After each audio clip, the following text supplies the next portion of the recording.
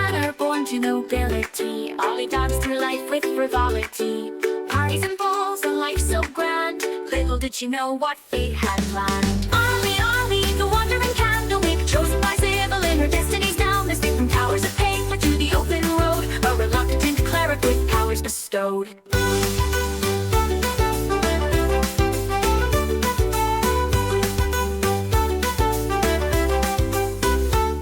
From luxury, thrust into robes, surrounded by tomes and dusty old globes. But Ollie's mind, sharp as a tack, mastered the legalese others did lack. Contracts and bylaws, she knew them all. Her litigious prowess made bureaucrats fall. In mazes of paper would she find a way to bend the rules and save the day. A holy symbol in a divine dream. Not all in the tower is as it may seem. A true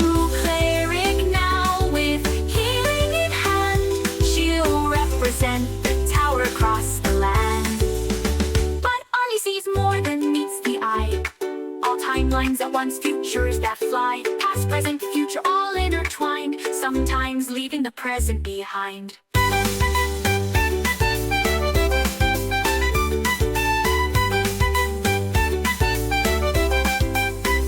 But Ollie sees more than meets the eye. All timelines at once, futures that fly. Past, present, future, all intertwined, sometimes leaving the present behind.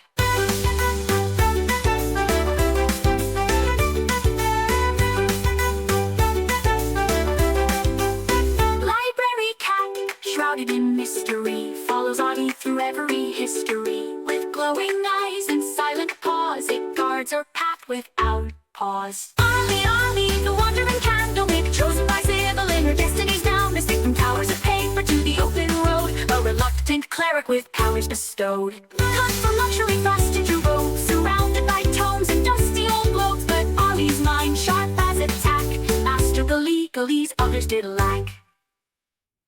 Oh, hoist up the sails, let the winds take a blip, for Thaddeus Turnpike commands his ship. For lord of the waves, a sailor so bold, with magical powers and a heart of gold. Behold, Thaddeus sailed the endless sea, with little Bubo as wise as can be. Through tempest and tide, they roam far and wide, the Turnpike legacy their unfading pride. From the mighty Turnpike line he hails, with a lineage of captains braving the gales.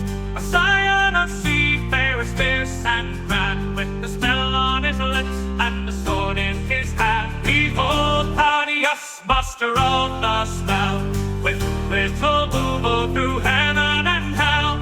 They dance with the stars, they flirt with the dew, their laughter echoes in the ocean's blue.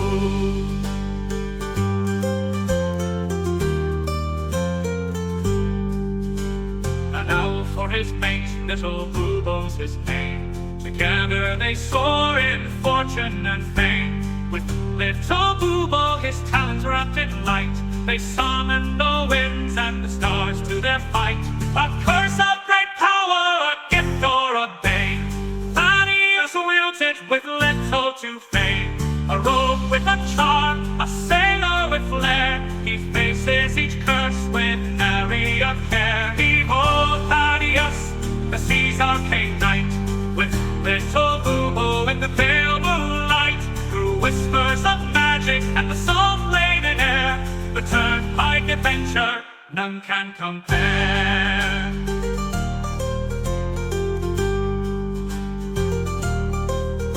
So sing of the Turnpike, the legend, the tale, of Thaddeus and Bubo setting sail. For where the map ends, their journeys just start. The sea's in their blood, magic in their heart.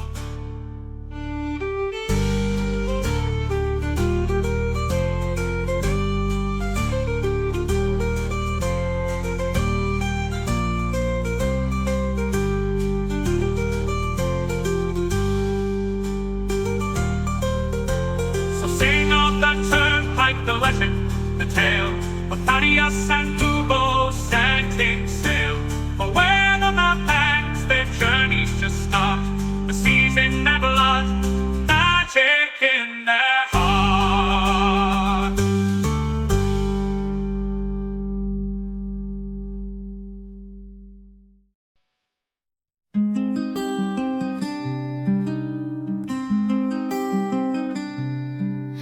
Salonius fields a halfling stood tall, sea gray eyes a fighter's call. With Fiona's love and Angus' smile, his world was bright for a little while. Oh, Harold Grey with list in hand, a promise made, a journey planned. Each task he'll mark, each dream fulfill.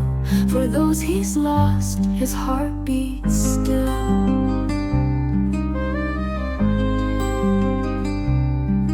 From Zakar streets to golden fields, their family loved the greatest shield. They dreamed of wonders near and far, and on a list beneath the stars. Oh, Harold Grey with list in hand, a promise made, a journey planned. Each task he'll mark, each dream fulfill. For those he's lost, his heart beats still. Young Angus fell on distant shore, while Fiona's kiss would come no more. A drunken noble, a vengeful blade, left Harold's world in darkness laid. But from his grief a purpose born, to honor vows that he had sworn. The list unfolds a final wish, a blade resisted a gutted fish.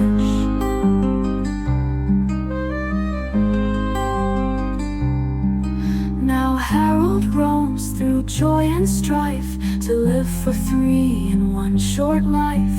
From mountains high to oceans deep, this solemn pledge he vowed to keep. With bowler hat and iron will, he faces each task with hard-won skill. For every deed he sees it through, he feels their love forever true. And when the final task is done, when every battle's lost and won, he'll close his eyes, his duty clear, knowing his loved ones drawing near. In afterlife they'll meet again, their love eternal, free from pain. The list complete, their dreams fulfilled, a promise kept, a future will. Oh, Harold Grey, your journey's long, but in your heart they're never gone. With every dream that you fulfill, Fiona and Angus are with you still.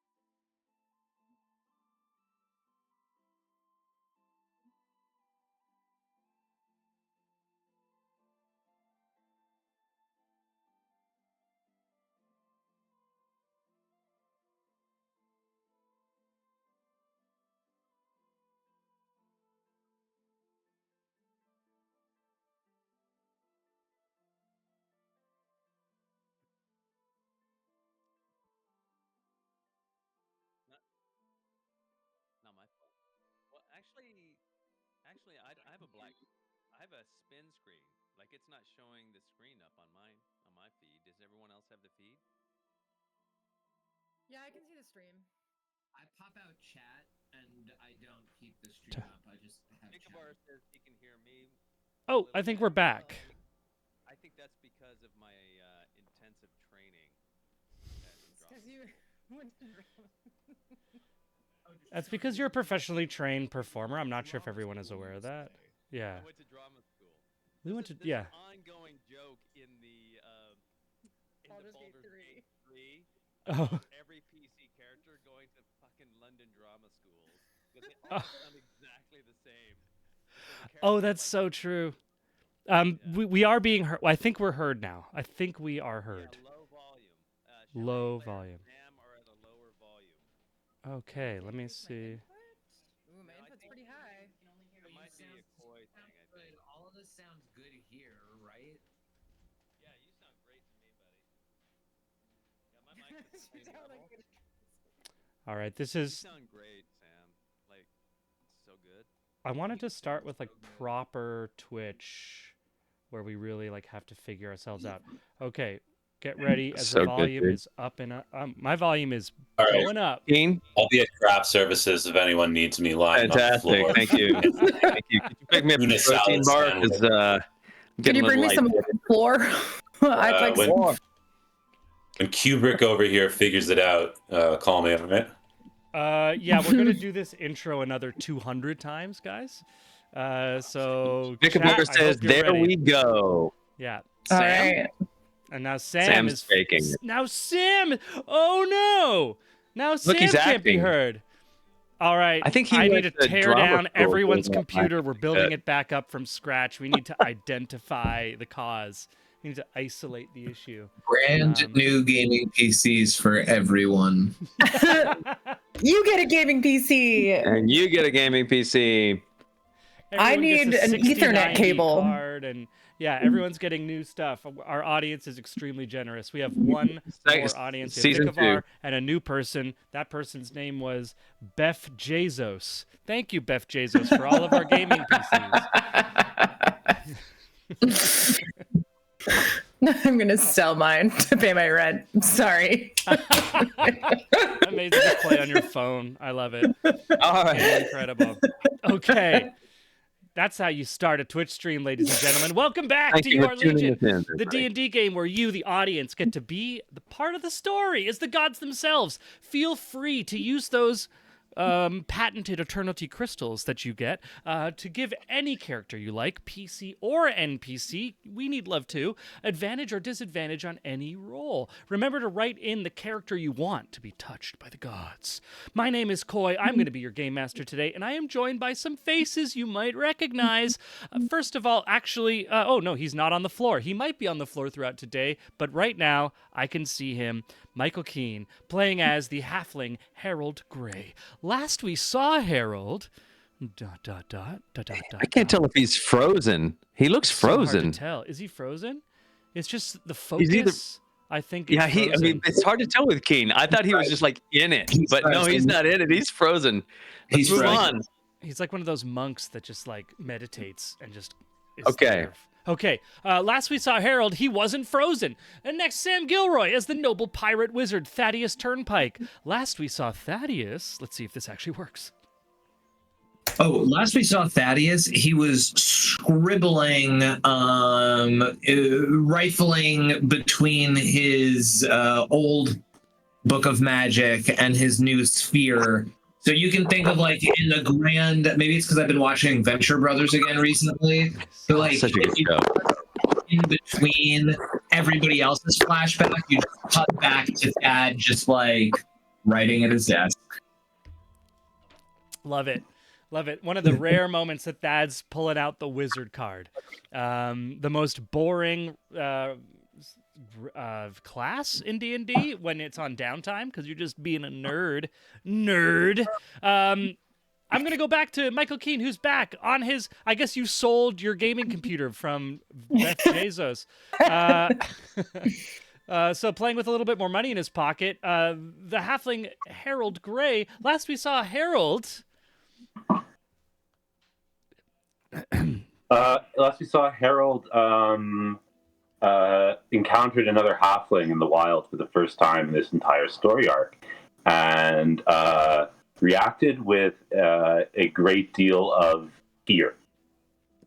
Good point. Yeah, the wild for halflings is the halls of power. A simple folk who feel more comfortable in the Shire. So anyone who's in the halls of power is immediately suspicious. Sean Boyd. Welcome, Sean Boyd. Playing as the blue dragonborn Aelric Tiamaticus. Last we saw Aelric. So Aelric seems to be looking at a different direction in his life. Whoa! Sorry. Oh, that was Keen. Feedback on that on that phone. Yeah. So he has taken over the armory. He's made an assembly line, and it looked like he was going to be making weapons and armor, but instead he is making figurines. and just he seems to be distracted, and he is also stripped completely out of his armor. He has not been wearing his armor or carrying his swords. Cool. So yeah, actually, I can say bare-chested. Right, we can't forget that. That's right. Like, what was it? Looking like Ryan Gosling in Crazy Stupid Love. With right, I have not seen scales. that movie, but I'll take I'll take any of the Canadian Ryans for 200, Alec. We're only doing so thank Canadian you. references right now. There's a tariff on American references, and I don't have that money. That's fine. I used Alec Trebek, so I'm with you 1,000%. All right. See? Extra points. I know the game. Inspiration for Canadian content. If you can make more Canadian references, I am giving the party. We're going to get special inspiration for Canadian references. Fantastic. Yeah, Lock so that's it Aelric right now. He also laid down the law with Sam, or tried to, about his not Sam, but Thad, with his sister, and what Aelric was feeling at the moment, and Thad's kind of try to set him straight, and that's where we are. Amazing.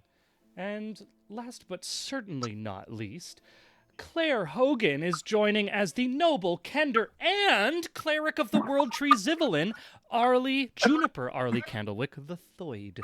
Last we saw Arlie.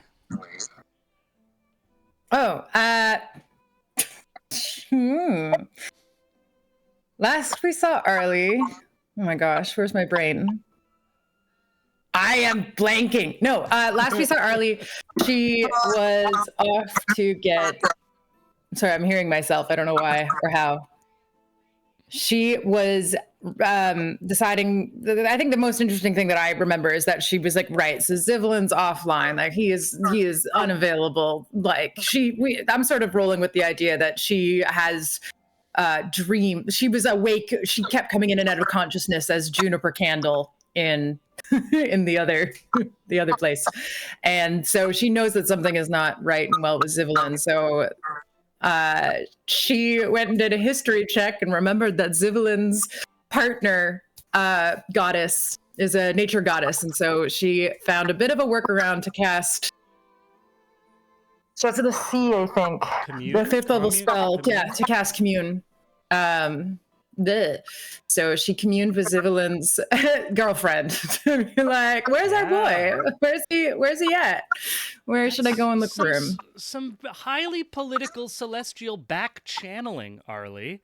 Knowing that, like, the phone's tapped, effectively, you were warned by Wyhan to be casting magic calling upon Zivelin's magic might be a little dangerous, considering having come back from the call of Claire Thulu, the beginning of some of this rot on your hand, this magical taint, as it were. And so you did a little back channel. You decided, well, maybe if I call on a burner phone your girlfriend, then that'll work. And well played, Candlewick. Well played. Crafty Kinder. Right? Michael, I'm going to ask if you just mute your phone. We're just getting some feedback on the phone there when you're not talking. Thank you. Let me just skip through. I wrote an outro today, guys. So, wait for the end of the session because that shit is lit and locked down. But that's the end of our session. We are just at the beginning of our story today, episode 4, which I am calling The Veil. The tinkering of a little teacup precariously placed on a saucer to accommodate the fresh apple pastry. Cautious sips of hot tea and coffee betray feelings of caution, both in the steaming hot contents of our various guests' mouths, but also the broader context of this meeting. The mature halfling Virgil pulls himself up onto a large wooden chair made for human dimensions and settles himself down before fully appreciating a first hesitant sip of his tea, followed by a satisfyingly crunchy bite of his apple pastry. On either side of Virgil sit Wyhan, the mage, in her black velvet robes, and Adelpho III, eyes nervously flicking between his coffee and all the others present. Completing the guest party is Salome Turnpike, the Lord Captain of Calaman and sister of Thaddeus, who sits opposite the salon amongst his companions, Harold, Arlie, and Aelric. Sipping their tea, Virgil puts it down and says, "Now then, if you don't mind, I do hope you can excuse any repetition, but as I have just arrived, I want to make sure I am up to speed and that we are all on the same page, as it were. The Legion construct is destroyed. The gods contained within have been released back into existence, all to the very consternation of the Solamnic Order, which failed to undo your actions through some predictably complicated temporal magic." She looks to Adelpho, who turns bright red under his white beard. "Then you claim to have travelled to another realm, from which you brought back the rot of a timeless horror which threatens to decompose the world tree itself, which I am to understand was never contained within the Legion construct to begin with. Is that all accurate so far?"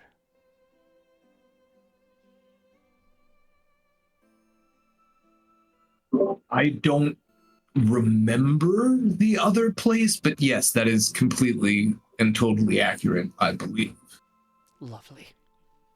And now we sit in this wonderful magical apartment, courtesy of our friend Wyhan here, within the newly independent polity of Calaman, under the banner of the Turnpikes and an arcane dome of protection, which we all hope will protect us from the more wrathful of the recently freed deities, among more mundane threats should they attempt violence. Considering the rather aggressive interrogations you have begun, I suppose you must all feel rather like you're pulling on threads, hoping to find the heart of this great web we call home. So, let me introduce myself, or rather, the organization which I am here as a representative of. We call ourselves the Veil. And, would anyone like a top-up of their drink or another pasty? Yes, that is. You see Wyhan cast a little invisible servant, and the teacups start filling themselves and moving over, filling some more of your cup. Would anyone else? Anyone who puts their hand up, the teacup goes over, or the coffee pot fills up. Pastries silently, invisibly move from the platter to your trays. Yes, I might have put you in the wrong rooms in Foundry. I apologize. Oh no, I think we didn't move ourselves to we just didn't we just weren't playing with the board. So yeah. I was looking for context clues and I couldn't find them. Cool. Awesome. But I remember now that Arlie stayed up all night for some reason. True. Yeah, Arlie was just up all night communing. Yeah. Mm-hmm, exactly. So Virgil receives some more a top up of his own teacup, and says, "Yes, and our little organization was first invented in a time before the Great War even started, which we are all living in the aftermath of. As I say, we call ourselves the Veil, and we are just a collection of interested parties who believe that, well, sometimes it's best to have some people communicating amongst ourselves, to make sure that we're all pulling in the right direction, as it were. I thought, after I heard what you had said with my young friend Adelpho here and Wyhan that we should all possibly get into the same room and make sure we're all caught up and looking at things in the same vein and on the same page Koi. as I just said. Yes. Koi, how old is Adelpho? Adelpho III is a descendant of the Adelpho who was the inventor of the Legion construct. Yeah. So Adelpho III is younger than you, younger than Harold. Okay. About Okay. 4 decades old. Fairly young, but old for a gnome, I think.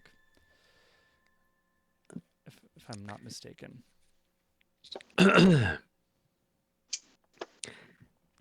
So as this second episodic monologue comes out here, at the end of it, Elric stands up and says, "When you finally decide to tell us what you want from us rather than all this prattle, you can come find me. I've had my tea." And he leaves. Virgil chortles as you get up. "Oh, I love being able to go straight to business. Yes, well, you see, I am here to ensure that I actually know what you are to do. Because, you see, you are a great band of quite powerful warriors and heroes, and you see, well, it has quite an impact on geopolitics, as it were, every single small choice that you make."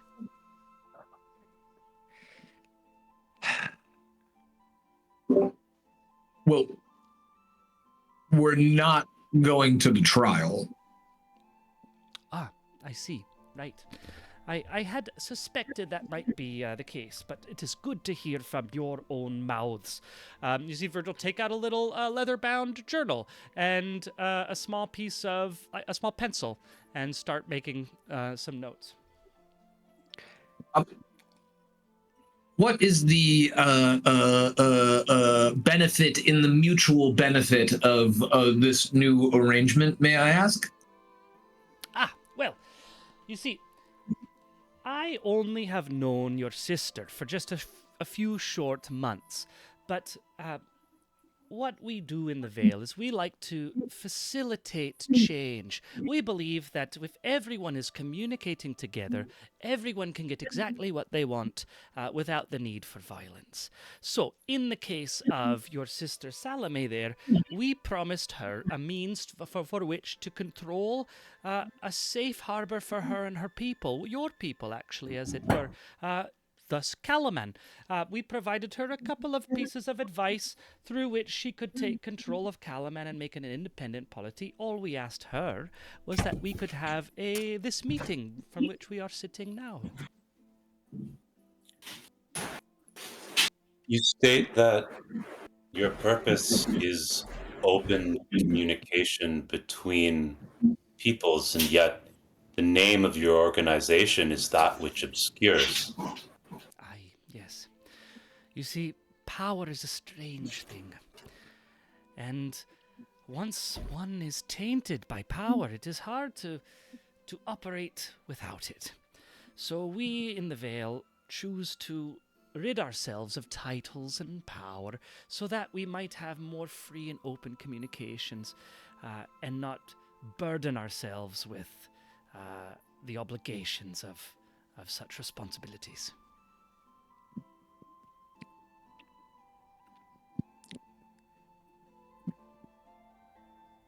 I don't mean to hold you, Eric. You are welcome to leave.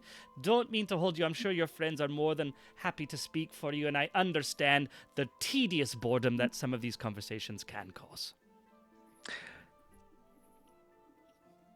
Thank you. I can't speak for my party, but it can speak for me.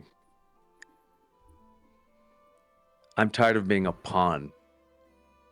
And then he walks out.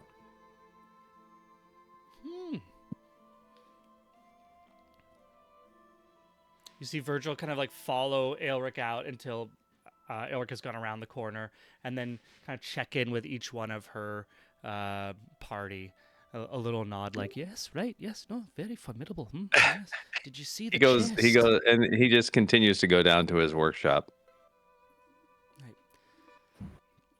No, first time I've ever seen one in person. Yes, no, I've read about it, but I must say I'm rather pleased to have seen him in person. All right, sorry, I'm getting distracted. Poor Virgil's getting distracted. I mean, all of you are historical figures already. You must understand. I mean, the first Blue Dragon one we've seen in quite a long time, a cleric touched by the gods themselves before they were even released, and then, of course, not to say anything to your recent exploitations and well, incredible activities. Thank you. What does the veil seek?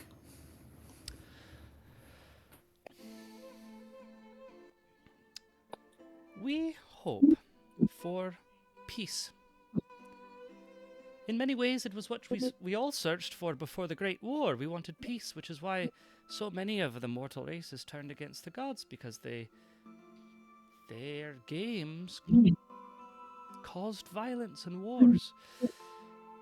And as we were a part of the coalition itself, we found ourselves tied into what at first intended to be apply for peace. But like many things associated with power, it turned into its own form of violence. So, we in the Vale, we start from a very simple ground, which is that everyone should have a right to a happy life and one without violence. Now, of course, we don't want to control anybody because that would just lead to more of the same problems.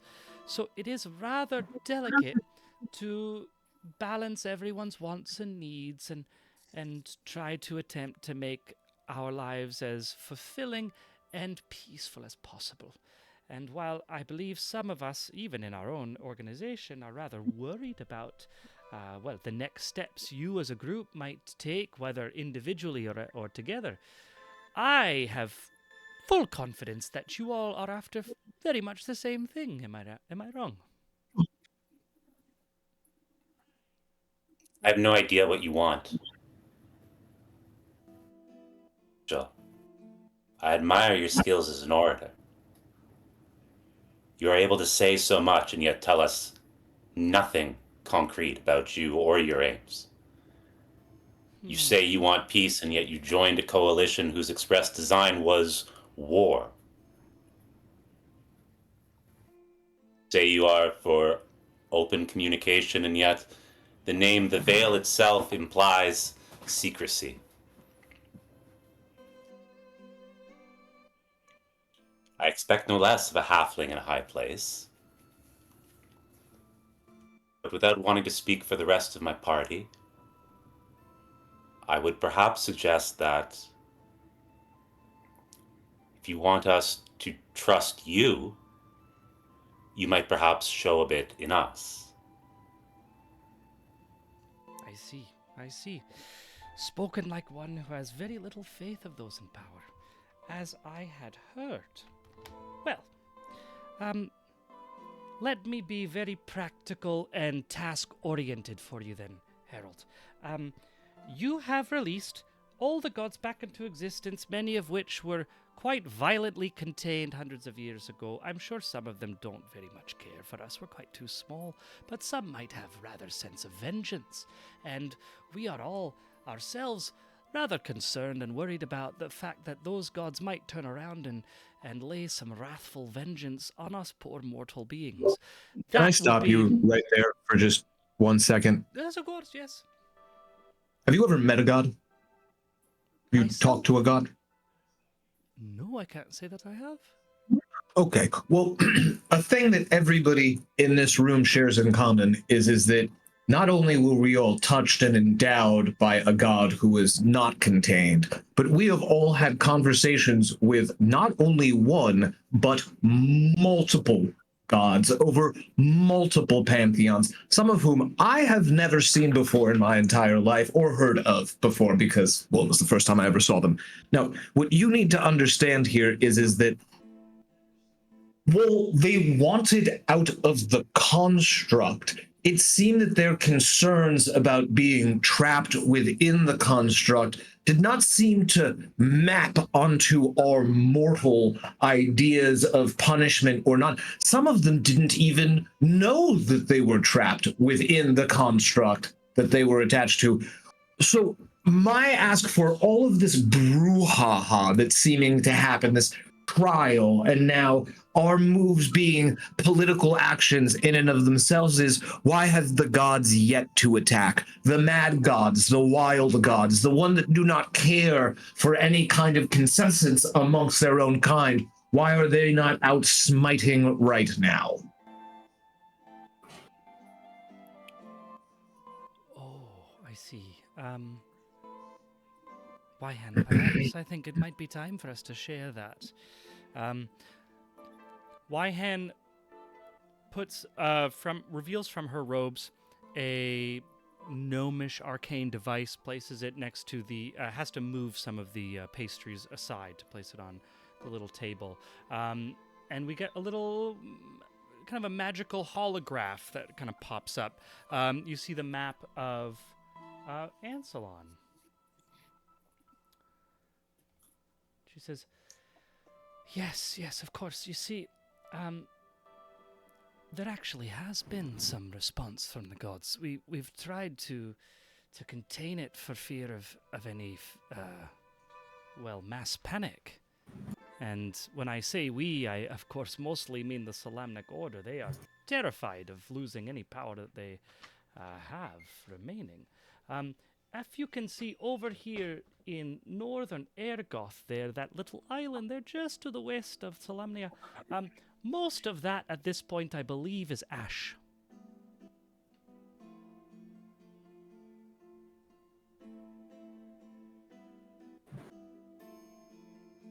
Come again? Most of that island there. It has a bit of a north to south range with a nice forest on the east side there. What was a nice forest on the east side. Yes, most of northern Ergoth at this point, I would say, is either ash or glass. I think at this, Arlie's been like dozing because she stayed up all night communing, and she's just been not too fussed, and she's just been drinking her tea and swinging her legs in a chair that's too big for her. But at the thing, is this information new that this forest has been turned to glass? This is new information. Yeah. Okay, so yeah, she's gonna start. She's like, just suddenly, what? Sorry. And the cause of the fire? The who? And how many lives were lost? Sorry. Sorry. Come again. Well, I suppose it depends on who you ask, but we have been just categorizing it as divine smite. Don't love that. No, it's quite bad. Just out of curiosity and just to double check our there are at least several different ways that I could think of off the top of my head, considering that, trapping the gods caused a lot of smiting around. How can we be sure that this was divine wrath and not some other power player or actor using this as a moment of confusion? Well, I suppose there could always be the fact that it wasn't from a god itself and someone took the advantage of the gods being released to exercise great wrath on an entire island. But, I would think that would also be a problem. Either way. Can I do a history check to see what I know about the peoples and cultures that reside on this particular island? Yeah, give me a history check. Who are they? Why would somebody want to glass them and not Solamnia itself? History.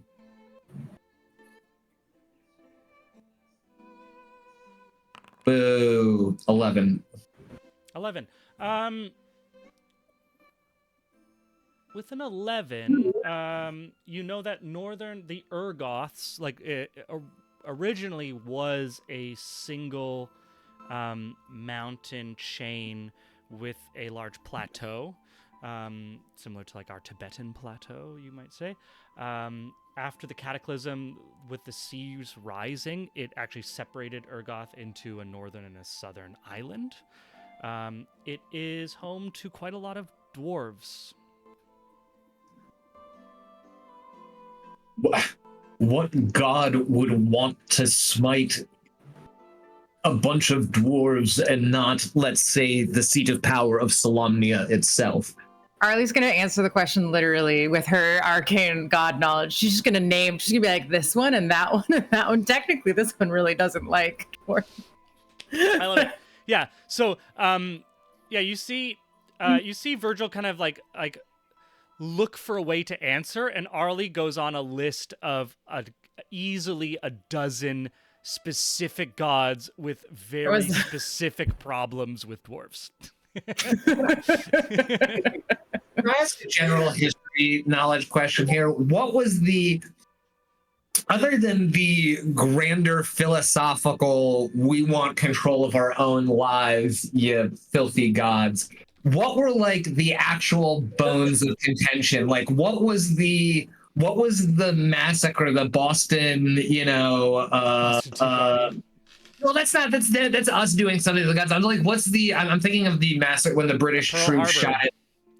Yeah, like what was the final, what did the gods do that was like the final straw where humanity was like, you know what?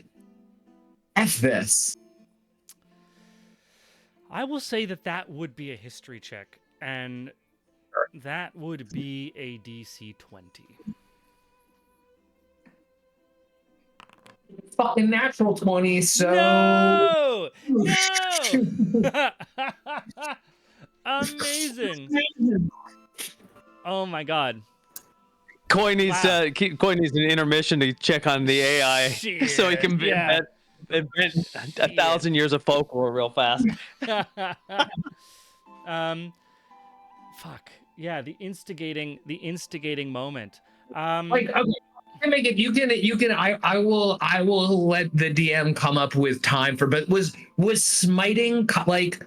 How common was smiting whole islands like this before the cataclysm? Okay. You know. Yeah. I mean? So yeah, I appreciate having time to get a proper answer for you. In terms of the answer of how common was like smiting something like this island, just for scale, by the way. That island is like a little larger than the area you were in last season, like that northern peninsula. That northern peninsula you were in last season is around the size of the island of Ireland in our world. So this island we're looking at is like larger than Ireland in terms of the scale that we're looking at. So several nuclear bombs have gone off. Yeah. Oh yeah. Not that common. Like the thing that the gods. What the gods would do is they wouldn't eradicate, they played with the mortals, and this was like the thing that made the mortals were able to unify around. And I'll have to look into my archives to get the actual moment for you. But it was the puppeteering of mortal races, right? So it's like whenever there'd be a great unification, the end of a great war, one god would come in and be like, but actually, you're now cursed, and all your people are cursed. And then just like, it's all about the chaos that they caused. Killing all of the mortals would mean there's like no more playthings.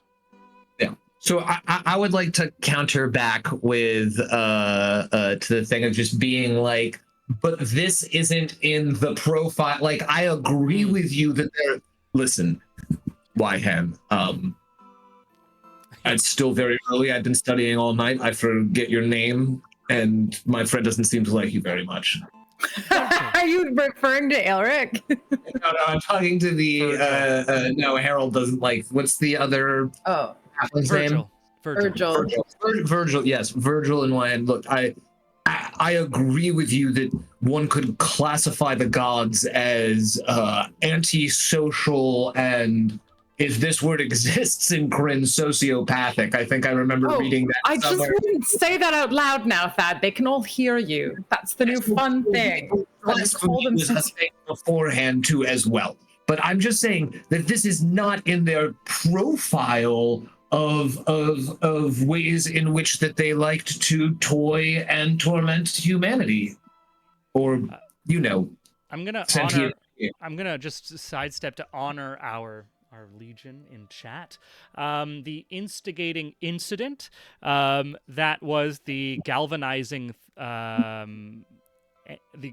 incident that allowed the creation of the coalition was one god refusing to return a borrowed pen. And you'll get a cool Love it. story about that Very much later. looking for. Love it. Love the suggestion, Vicar Bar. Canon. Arlie's like, oh yes, the pen saga. Ah, the pen, yes. Principle of the thing. Otto von Penmark, yes.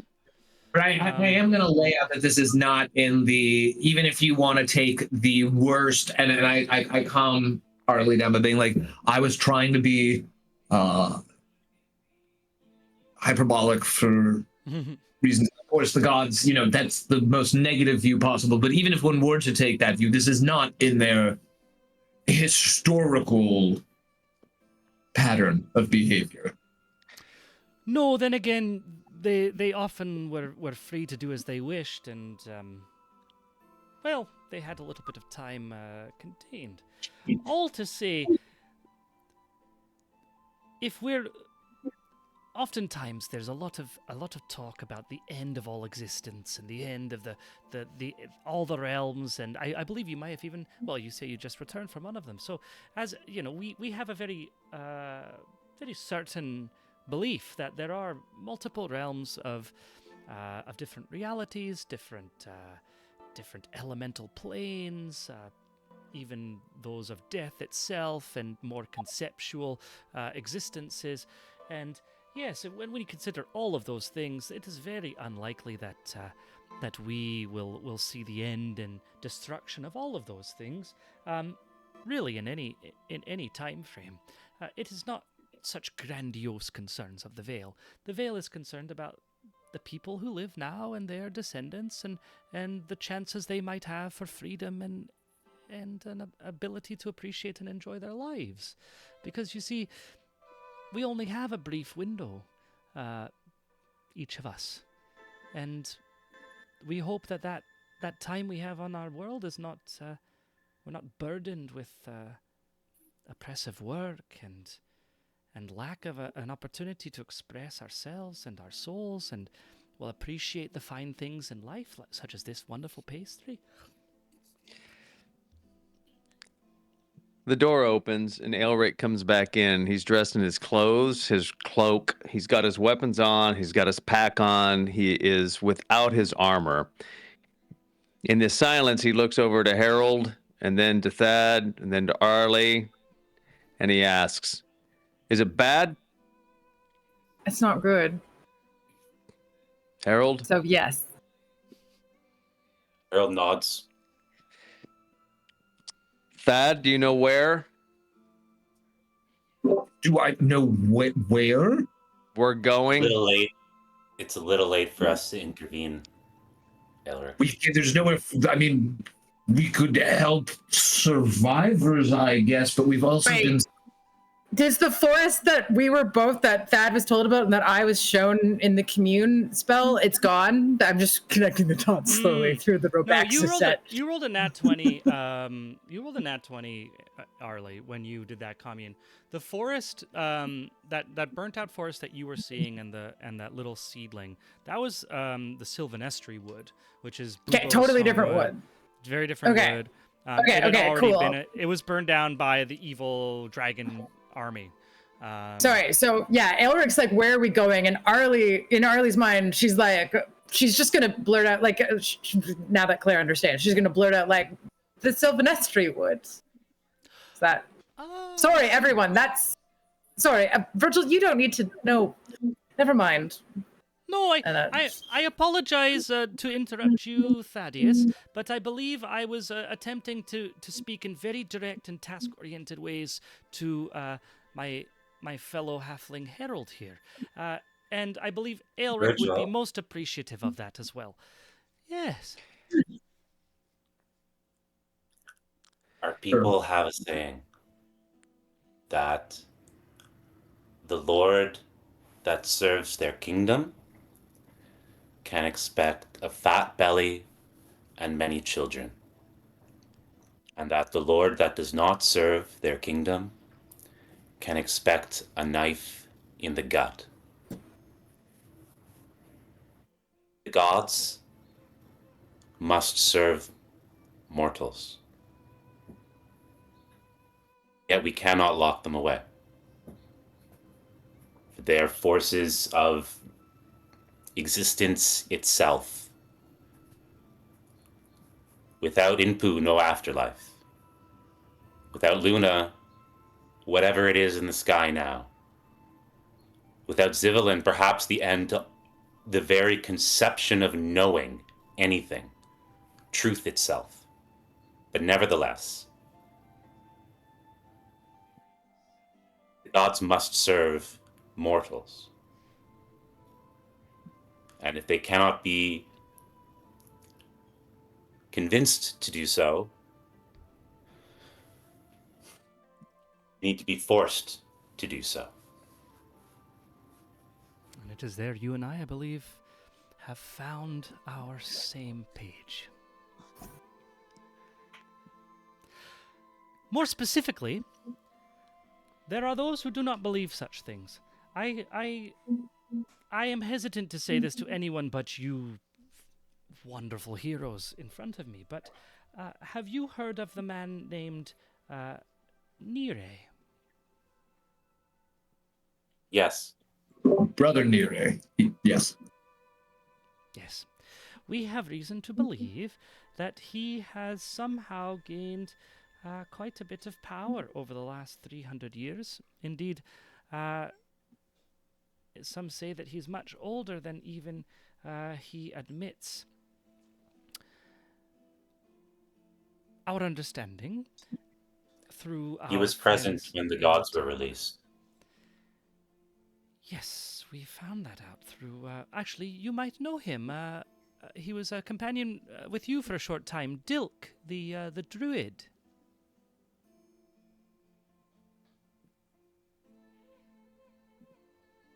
Yes, we know Dilk. Oh, wonderful! Such a sweet lad he is. Anyways, he was able to confirm our. Wait, sorry, suspicion. very too close. Very too, like, peas in a pod. No, he's No, not in a pod at all. No, he's enjoying himself in some sort of forest or whatever, or field. I mean, free as he likes to be. We can contact him if we very much need, but he's had far too much stress for a long time. He has to deal with quite a little bit, you know. He holds on to quite a lot. Out of character question. Wasn't Brother Neri a human? Brother Neri was a human. Yeah. So Brother Neri is a human who's been alive.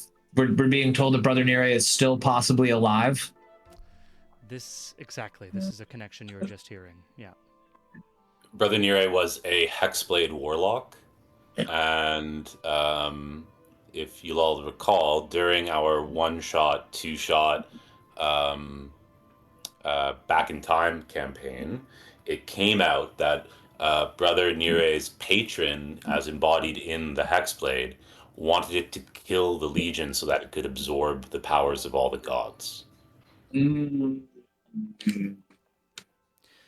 But one of which god was it that was Brother Neri had been originally a cleric of a particular god too, correct? You spoke. One of the gods that one of our guests, Louisa Zhu, was Helm, and one of Helm's Helm. I don't know if it was clear if Helm was. Yeah, no, Brother Nir was a cleric for Helm. Yeah, from a young age. Yeah. Virgil continues with Dilk's information. We were able to combine some intelligence that we had garnered and actually link it to Brother Nire, as it were. I fear. Well, let me take a step back. Have you heard of such a thing as a lich? I mean, do I need to roll? Do I need to roll for that? I'm gonna say that it's like you can tell me whether your characters know. I was trained in a school of magic. I feel like at the very least, even if we're not officially allowed to, like, even if the school's position is they're not officially real, like they're told as ghost stories. For sure. And if you get too close into a certain direction, it's like, you don't do this because this is what happens. Like, some of magic is learning what's dangerous and what not to do. Did Elric roll a 1 on history? Hell yeah. Elric does not know. So you lock eyes with Virgil, Thaddeus, as Virgil can like see the recognition in your eye. And she waits a moment and then kind of just continues on, knowing that one of you has the information. She's not gonna Virgil's not going to over-explain.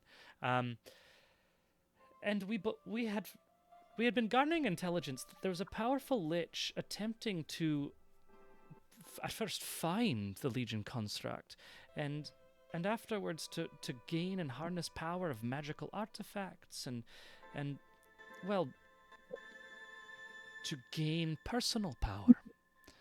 And we fear that figure was Nire himself, and being so close to the release that you all were a part of, that Nire has gained quite a lot of power, and we fear what he might do with such power. Or what he might have already done with such power. Quite true.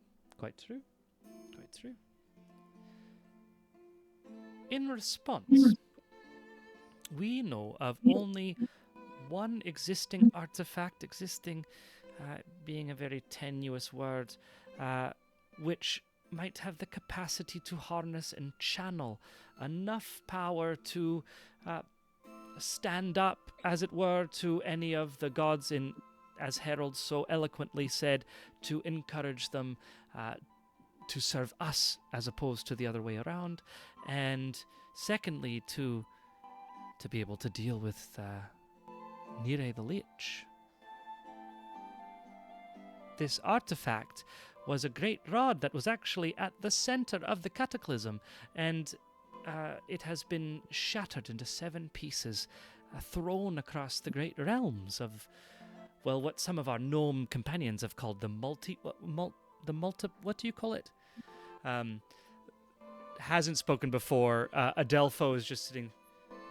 The multiverse is like a universe, but it is not a single. It is a multiplicity. It's like a polyverse. Yes, very good. Thank you, Adelpho. Yes, a multiverse.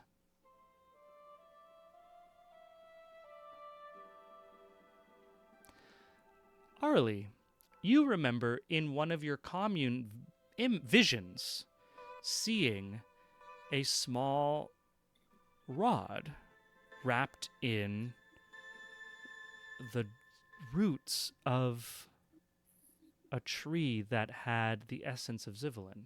And you remember this rod having a massive power that you were able to witness in that vision.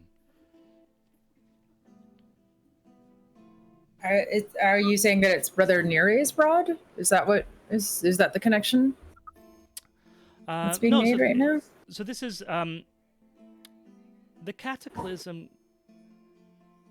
To seal all the gods into the Legion construct required quite a lot of powerful artifacts, one of which was a powerful rod of controlling, which during the cataclysm, after all the gods were contained, shattered into 7 pieces, and those pieces were thrown and flung to the various wide realms of the, what was it again? Multiverse.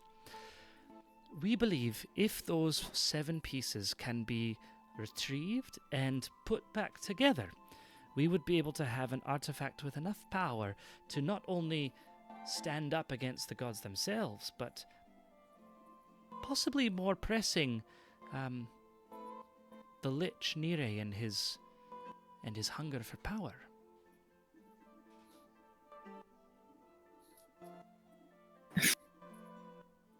Interesting.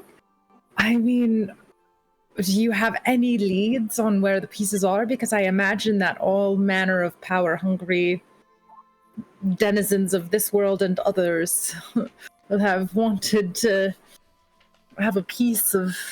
Yes, well, see, trying to communicate among all of various polities and personas is just one thing that we do here at the Vale. Another thing that I've spent myself most of my life doing is attempting to find where this any piece of this this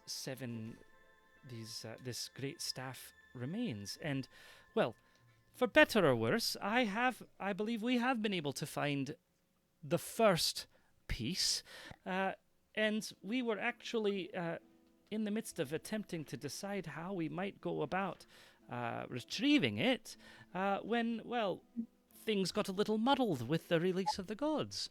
So I think possibly we might be in a very lucky position that I have the information to, well, the first of the pieces, and you have the capacity to retrieve it. So, this is why you're here, right? You're proposing this is like us to go fetch you these objects. Not fetch me, no. You would be able to keep it, of course. You are just the most likely to not die in trying. I actually think that's not true anymore. I think I'm quite likely to die. The rest of them, though, they're all functioning at 100%. At least I think, and she looks concerningly over at Elric, who I assume is still, exuding some kind of... But to answer your question, Miss Candlewick, no, that is not the only reason I'm here. I am also here just to get a general sense of which direction you're going, because, as I said earlier, any one of you could, well, you could easily take control of any of our nation states or parliaments with absolute force if you were to choose. And, well, we all would like to have a little bit of a heads up before you decide to do something so earth-shattering as you've already done. So is he asking Arlie a question? No, just clarifying, because you're like, is that why you're here? Arlie, you asked, so you're here for and so yes, the rods, like the 7 sections of this staff is a very specific thing that you could, a task or ordeal you could take on. But more broadly, Virgil just needs to know, you are all, it's like this is little Virgil is representing the United Nations, walking into having tea with the Justice League and being like, so Justice League, how would you like to rule our world? Would you like to give us freedom still and allow us to actually govern ourselves as mortals? Or are you going to choose to take over all of us and put us into absolute slavery? Because, that'd be useful for us to know. Elric steps forward and says, if our history is giving you pause because Thad took over one small, barely defendable city, then I would ask you to weigh it against the multitude of times where we have put ourselves at risk, where we have defied death, where we have argued with the gods, all for the benefit of this land. Land, I will remind you, is not mine. My people do not come from here. So, we will do what we need to do to survive. We won't make any promises to you or your veil. We will find your rod. We will deal with... Thad, what's a lich? Well, this will be good. A lich is a wizard who's so consumed by the idea of magical attainment and immortality that they slowly accrue power until the point where they think it's a good idea to divide their soul into an object of some great power, which they have to continuously feed. But I wasn't aware that, and Thad is going to shoot Wyhan a look here and sort of narrow his eyes and be like, But I do not believe that the Brother Neri that I've heard about was a wizard in any capacity. So now that I know what lich is, we will deal with your lich. And then we will commune with the gods to try to find some sort of peaceful way out for all concerned. You need not worry about your world from me. Sorry, Harold. No, it's fine, Elric. There is one more issue, which is that Zivlin appears to be dying and under attack. If no one comes to Zivlin's aid, then all your secrets will be for naught, Virgil, because there won't be anyone to know them. Yes, no, this is actually one of the most concerning pieces of information that I just received as you spoke with Wyhan. You see, I had wanted to speak with you earlier, but then you had all disappeared. We didn't know where you were, so I asked Wyhan to just keep an eye on you, and I was off fishing for the last few weeks. It was quite lovely. Fly fishing, you should try it. It takes quite a bit of skill. Anyways, I get distracted easily. Yes.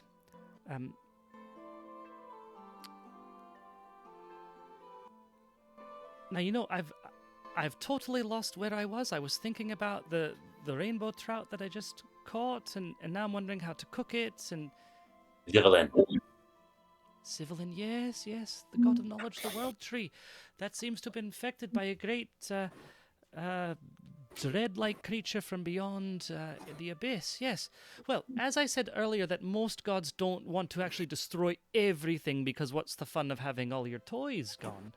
There are some creatures of the void and abyss that would like to see more abyss, as it were, and those were some of the harder deities to capture from what I've heard in our records.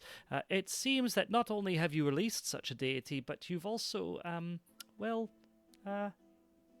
it knows who it was that was involved with its capture. So, while I try not to be so grandiose in the threats, you are quite right. This threat to Zivlin is not just Zivlin itself, but the great beast which follows it.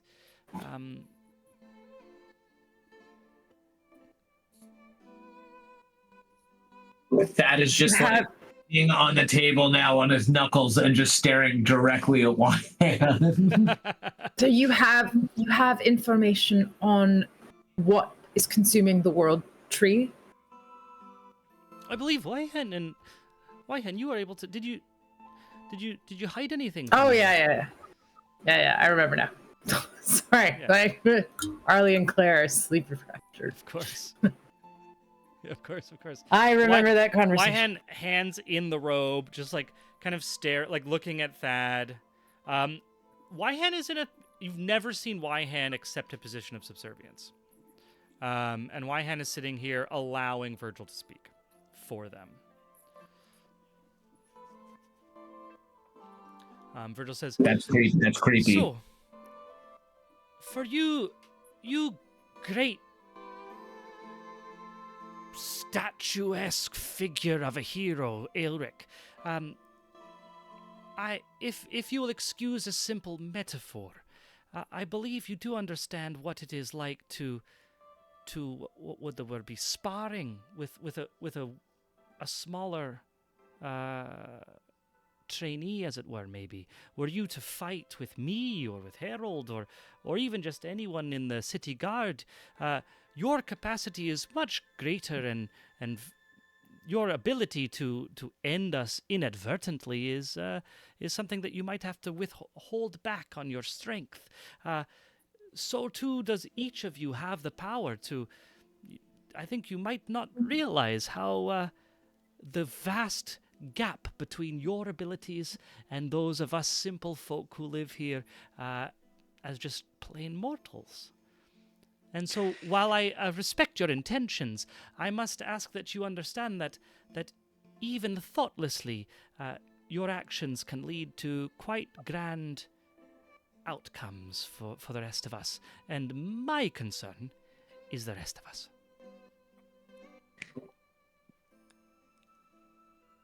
I wouldn't want to fight Harold. I think he could beat me.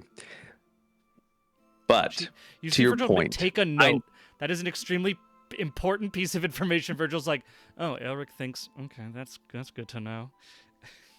can we have the room? I would like to speak to the party, please. Yes, of course. I don't see why not. Shall we give them the room? Yes. And looks to Wyhan. You see Adelpho is like off the chair, immediately walking to the door, like cannot wait to get out of here. Followed by Wyhan and then Virgil. Salome takes a moment, stands up last after they're all moving towards the door. And once they're kind of out of earshot, Salome just says, she's right. Virgil and I made a deal. The deal was we get Calaman and Virgil speaks to you. That was it. Whatever you think of Virgil, they're an honest dealer. And Salome leaves. I like that you made it canon. There's a government organization that's trying to power scale us.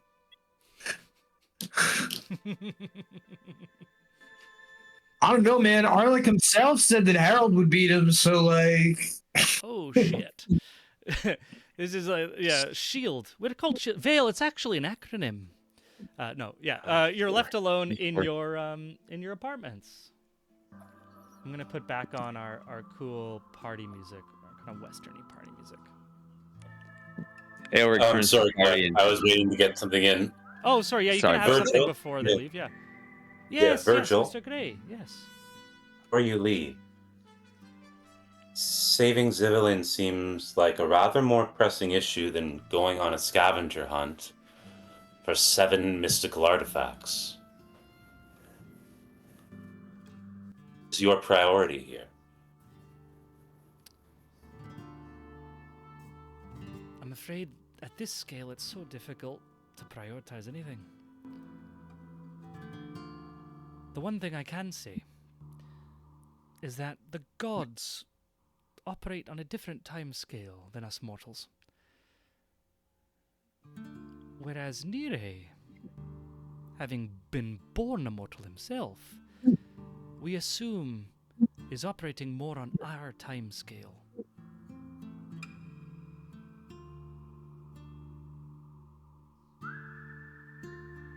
But of course, without power, there is no choice. And none of us had any power to do anything up until now.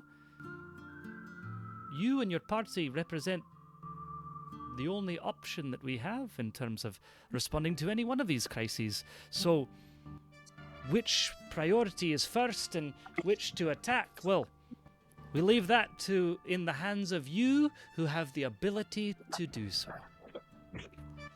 And Virgil grabs a apple pasty as he leaves. And I must say, these are very good. If you haven't had one yet, you should really try. And you're left alone in your apartments.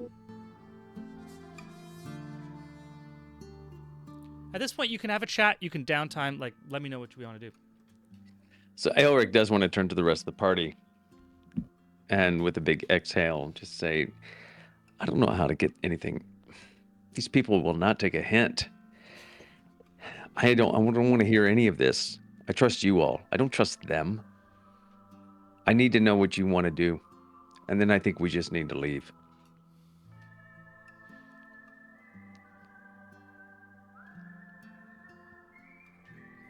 I agree, Harold. Zivelin seems consequentially more important, but I don't know what a lich really is. So I am relying on your shared history of this folklore to guide us. Well, the bad news is generally in stories and folktales of either killing a god or killing a lich, killing a god tends to be easier.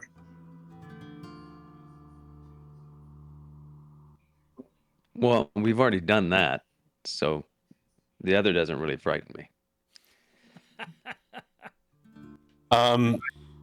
Koi, I just rolled a history check on Brother Nire. Hit a 19. Amazing. What are you looking for? What are you wanting to find out? I want to know what their motivations might be. Like, it would be metagaming for me to just pull over the knowledge that I have of them and their intentions, right? But I'm wondering in terms of like, did they So- fall out with the party for some reason? Like, Well, why so- would they turn to evil? Yeah. All this. What I'll say first then with this first roll, and we can keep rolling if we want. But I'll say with that first roll and access to this quasi magical library that you have, that you are able to find out all of what would otherwise be metagaming knowledge.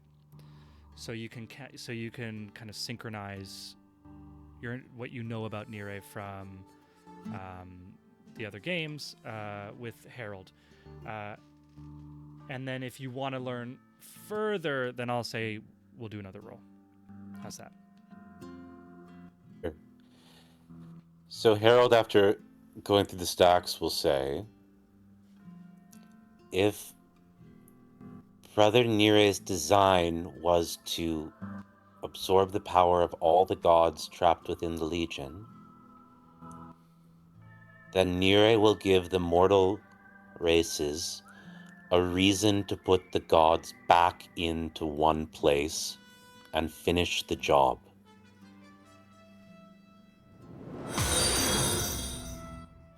Add your instinct with that island. I think it was right.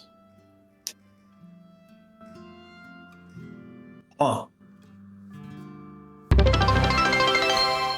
And right now, from what it says, I assume that your connection to Zivelin right now, Arlie, is not quite there.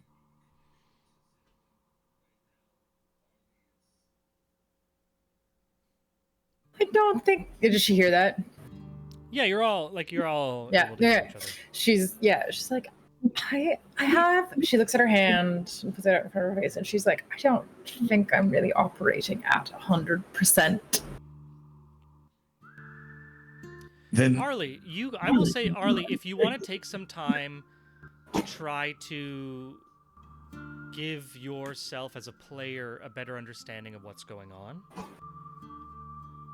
I'll say you can roll an Arcana check with advantage. Okay. And take some time to. Do you know what I'm saying? No, I'm confused about why there's. If I, as a player, need something, then why is Arlie involved? So I don't know it, but I'll roll it and see where you're going with it. I guess right now. So right now you know that there's like some sort of like this like kind of corruption that has come over from this other realm that was infecting Zivelin. It is now like seems to be somehow infecting yourself. If you want to learn, you can like try to investigate through some Arcana to try to figure out what this all means. So far, your only like information about what this means comes from Wyhan, right? Mm-hmm. Wyhan has told you what they believe, and they've given advice as to what to do. Their advice was don't cast magic. But I don't think Arlie has taken that advice and done any. Arlie did like a back channel with Commune, but Arlie hasn't done necessarily her own kind of investigation as to like what. Like the only magic she cast which caused this was very instinctual and very in the moment, and so Arlie hasn't taken any time to like do some internal investigation into like where is my magic, where is Zivelin at, like anything like that. Okay. Right. Then yeah, I'll do that. That sounds smart. It's a decent roll. Decent roll. 27. 20 on a d20. Amazing. Arlie, as you take a moment to go into the chapel and meditate in terms of like this connection you have with your magic and your god, as you find yourself in a meditative state, you feel the tendrils reaching out from you into the Arcana. You are a piece of the World Tree, and the World Tree's roots reach everywhere. They're kind of like the like those Milosci. What are the kind of the roots of the fungus that connects tree roots? Creating these like networks, able to communicate. That some cool science that they're finding out about. You're able to feel out and into both reality and the ethereal and the celestial and the up and down through the planes. As you expand your consciousness, you feel in the darkness between the strands of these roots that is something is swimming in the void. And as you reach out to look to it, you feel the void look back at you. And instinctually you disconnect and wake up and realize that there is something out there that can see you when you are activating and connecting to your magic with Zivelin. Mechanically, I am going to tell you, Claire, that your magic right now is operating in a form of wild magic, where you will roll a d20 when you cast a spell. Okay, so Arlie is just going to have, I guess, like, we're all in the room, and then I guess Arlie just, like, goes off to her, like, I don't know, a corner, or just does some, like, to her little ritual table, which she set up somewhere. But I want her to stay in the room with the party, but it's not unusual for her to go and do weird little things. And then she's just gonna do this, like, almost like a scrying kind of meditation sort of thing, and then she'll snap out of it and just, like, shake her hands and interrupt whatever sort of whatever is happening in the room, and she's like, "Oh, that's really not good. Oh, guys, this is. I mean, we knew it was bad, but, like, not only is it bad, it's, like, sentiently bad. It's like watching bad. It's almost like, I don't know if you've ever had to fight a horror and no, I'm kidding. Aboleth, the aboleth. Right, I remember that. Is it an aboleth? Are you saying that there is an aboleth? It's so much. No, it's. I think it's worse than that. Well, but it's comparable, but somehow worse. So I think that we have two somewhat linked, but big problems that are correct. We have the horror swimming within the roots of intellect itself, and then I also think it knows where we are now. Sorry. No, so Arlie, like, you were very much disconnected from your personal space. Like, you were reaching, you were sending yourself into. So you were at, like, this far, far reach.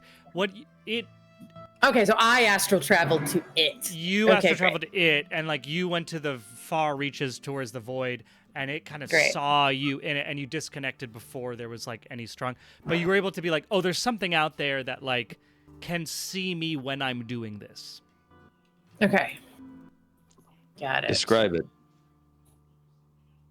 Icky. Don't like it. But We need slithery. Slithery, capable of perception. But I have no idea if the slitheriness of it is just sort of a metaphor. Okay. I think that either way, what we need to do as our next course of action is we need to talk to my sister, and we need to have her commune with the god. Because as far as I can tell, I agree with Harold. I think that the gods are being set up at cross purposes. Solamnia will be more than happy to believe blame and recapitulate them together again into a singular unit, which can be absorbed by a powerful lich, which in and of itself can be thought of as a god walking on the earth. So it might be possible that one of our problems will help solve the other. We might not be able to remove this thing from the roots of the tree without this rod to begin with. But in any case, the gods are our natural allies in both of these cases. They don't want all of reality and one of the darker gods swimming in the tree of creation, nor do they want to be shoved back into a singular unit again.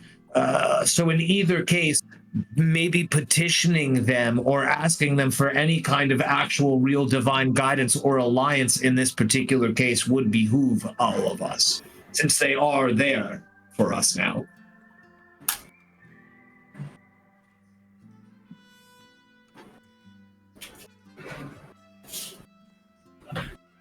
I've died. I'll be back.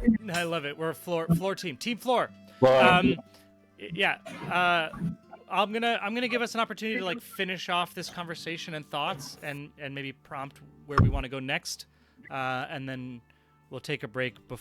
Before we get to the next scene, we'll take a break. So there's still time to, if we need to solve, do anything, talk about anything. It's a bit of an owl bear and the egg, isn't it? You know, get the staff. Theoretically, save Zivelin. Save Zivelin. Knowledge, knows where everything is, can probably take us right to the staff. Is that a halfling expression? Owlbear and the egg. Quite like it.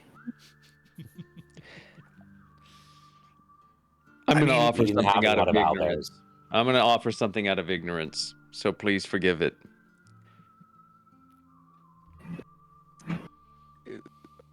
Arlie, your power comes from Zivelin.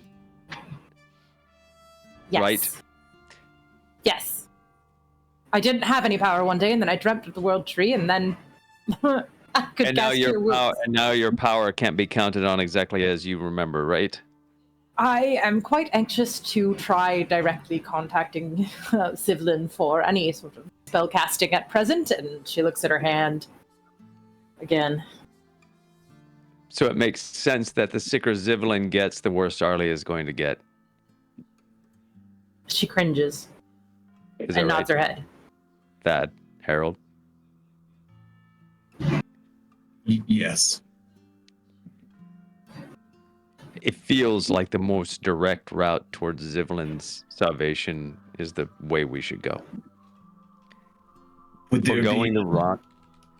But I don't know if there's a direct path to Zivelin in the Silvestri Woods. I don't know if that's I don't know. No, unfortunately, a cutting from the World Tree was gifted by the elves of the Silvestri Woods to the nation of Kalaman. That cutting now grows in the capital.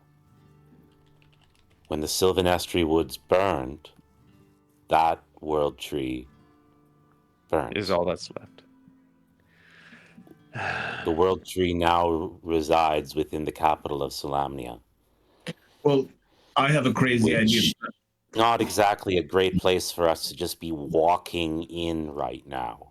Well, that is where you are completely wrong, good sir. We could walk right in with an open invitation. In fact, we could get them to probably pick us up in an airship right now and take us there. Truly, and honestly, I thought we had a court appearance, or did your sister get that removed for us, Dad? No. Oh, no, we are still very much considered traitors, although I think that my legal analysis of the situation will prove dividends. Here's my crazy thought for the party. Considering that we've already been requested back at the Cleric's Tower, why don't we go back to the Cleric's Tower, see if we can do anything there to find out ways that we could possibly reach Zivelin, while also shoring up our legal defense. And if, Harold, you are correct again that the sapling cutting, which is in the capital of Solamnia, is indeed our means of finding a way to meet this creature within the roots of Zivelin, why, we can prepare our legal defense, and we can kill two birds with one stone by clearing our names and traveling to the Tree of Zivelin at the same time. Oh, I like that. Really funny just having Claire's screen go with a green border and the voice comes out. Yeah. But you can't see her. I don't know how to get the camera on me in any way flattering. No, it's fine. Yeah. No, I'm feeling really puffy right now because I'm lying down.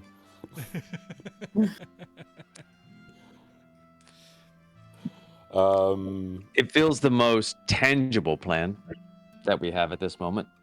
Everything else relies on communing with the gods or astral projection or. Oh, well, no, I will clarify just as DM here. Arlie had two visions when she was asking for the World Tree. One of her in those visions, she was given two locations of a World Tree in reality. One of those locations was a sapling growing out of the devastation of the Sylvanestry forest. The other one was of the roots of a mature, branch of Zivelin that had grown around one of the fragments of the rod that you've been told by Virgil to look for. Where is that second one? In the capital, Arlie. Beetlejuice? Points to the map. Or where? No, wait. Does she know where? So that one she just knows. So that one she didn't know Okay. where, but she did know that it was that the thing that identified its location was this staff, which meant nothing to her until Virgil talked about the staff. But I think if we Okay. can even just find one bit of the staff, then somehow it'll call to the other bits, right? That's how these things generally work. Process of elimination, though. The World Tree grew in the Sylvanestry woods, which burnt. We know of a cutting that was made that survives. Claire's had a vision of one in the Sylvanestry woods and another one. I think we can deduce it's likely that the other one, unless there are three now that we're talking about. Assumedly, the one that Claire is, the way that they talked about not being able to get one of the pieces of the seven staffs, or those seven pieces, they're like, only you guys could get it. We found the location, but we can't access it. It's probably not. You can easily deduce that it's not the one in the capital. Then screw the capital. 2 owlbears with 1 stone. I love these halfling expressions. We save Zivelin. We save Zivelin and we get a piece of the staff. And then we purpose is that. and then sorry. I thought we had to save the staff, then save Zivelin. It might be one of Out of those deals. character for a second. No, I think none of us caught that there was a third World Tree option that has the Right. MacGuffin inside of it. So we can do Gotcha. both at the same time. We don't need to choose Okay. one or the other. Okay. Gotcha. I got lost in the logistics. I gotcha. Okay. The most direct route to saving Arlie is where my heart lies. So I will yield to whichever one of these plans does that. I'm also partial to saving Arlie. Says the blank screen. I love it. I know, it's so fun. The plants are Says the plant. I would also like to save Arlie. Says the plant. Dad, you still want to bring your sister in? I still think that somebody that can properly commune with the gods and having the gods know that we are trying to form an alliance with those that are at least amenable to forming an alliance could do nothing but help us in the long run. I don't trust your sister, but I trust you to trust your sister. Just because you and my sister have a big dick contest going on does not mean that we can't rely on her to Arlie blushes way too hard, way inappropriately, and has to.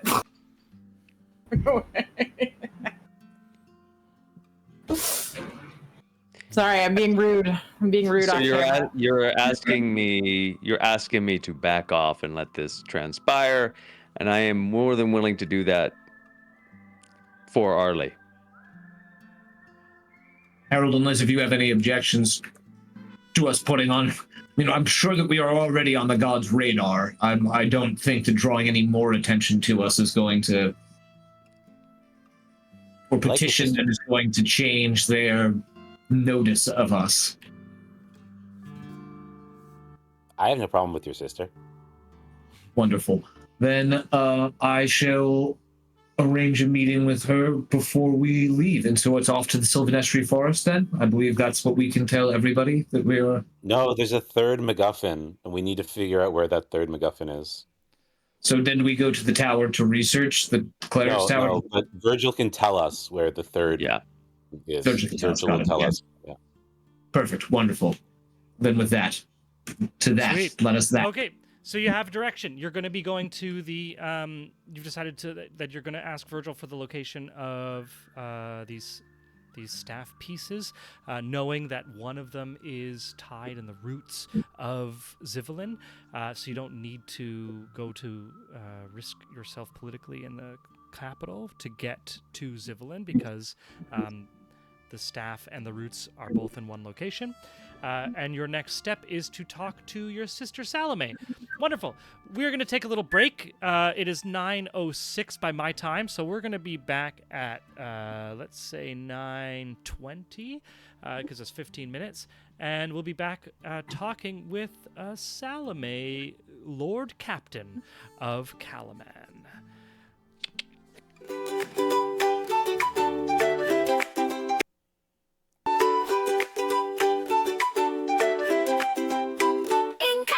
Manor, born to nobility, Ollie danced through life with frivolity.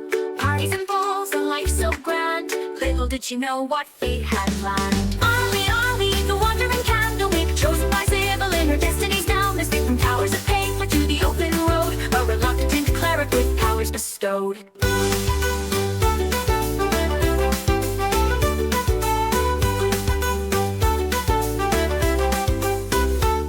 From luxury, thrust into robes, surrounded by tomes and dusty old globes. But Ollie's mind, sharp as a tack, mastered the legalese others did lack. Contracts and bylaws, she knew them all. Her litigious prowess made bureaucrats fall. In mazes of paperwork, she'd find a way to bend the rules and save the day. A holy symbol in a divine dream.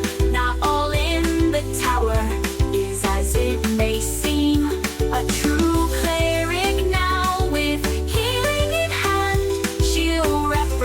the tower across the land. But Ollie sees more than meets the eye. All timelines at once, futures that fly. Past, present, future, all intertwined, sometimes leaving the present behind. But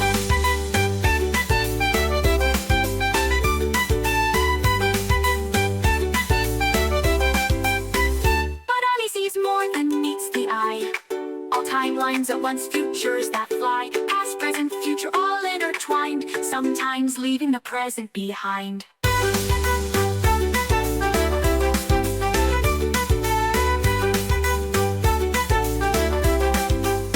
Library cat, shrouded in mystery, follows Ollie through every history. With glowing eyes and silent paws, it guards her path without pause. Ollie, the wandering candlewick, chosen by Zivelin, her destiny's down, escaped from towers of paper to the open road, a reluctant cleric with powers bestowed. Cut from luxury, thrust into robes, surrounded by tomes and dusty old globes. But Ollie's mind, sharp as a tack, mastered the legalese others did lack.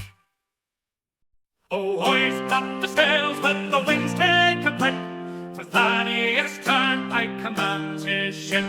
A lord of the waves, a sailor so bold, with magical powers and a heart of gold. Behold, Thaddeus sailed the endless sea, with little Bubo as wise as can be. Through tempest and tide, they roam far and wide, the turnpike legacy, their unfading pride. From the mighty turnpike line he hails, with the lineage of captains braving the gales. A scion of seafarers fierce and grand, with the smell on his lips and the sword in his hand. Behold, Thaddeus, master of the spell, with little Bubo through heaven and hell. They dance with the stars, they flirt with the dew, their laughter echoes in the ocean's pool.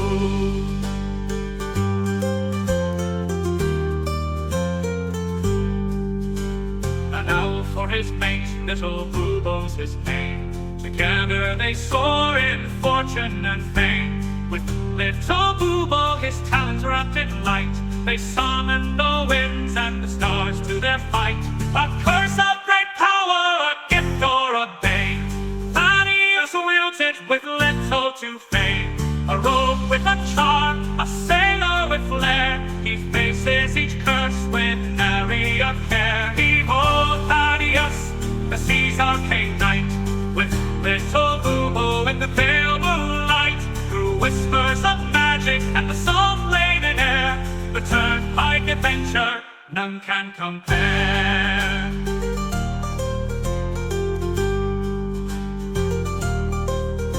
So sing of the turnpike, the legend, the tale of Thaddeus and Boo-Boo setting sail.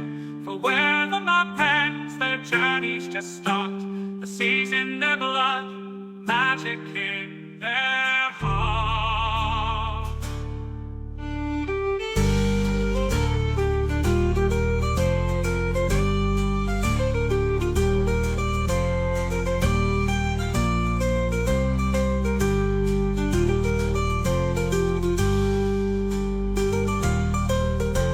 So sing of that turnpike, the legend, the tale of Thaddeus and Boo-Boo setting sail.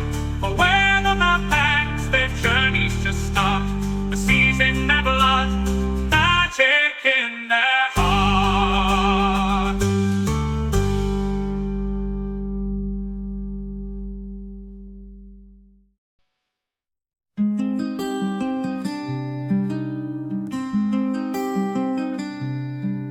In Solania's fields a halfling stood tall. Sea gray eyes, a fighter's call. With Fiona's love and Angus' smile, his world was bright for a little while. Oh, Harold Grey with list in hand, a promise made, a journey planned. Each task he'll mark, each dream fulfill. For those he's lost, his heart beats still.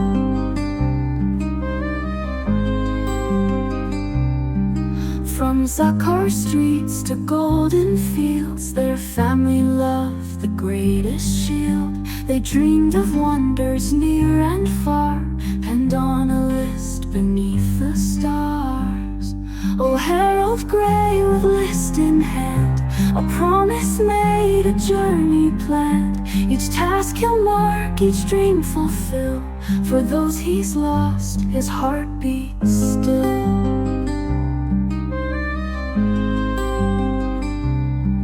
Young Angus fell on distant shore, while Fiona's kiss would come no more.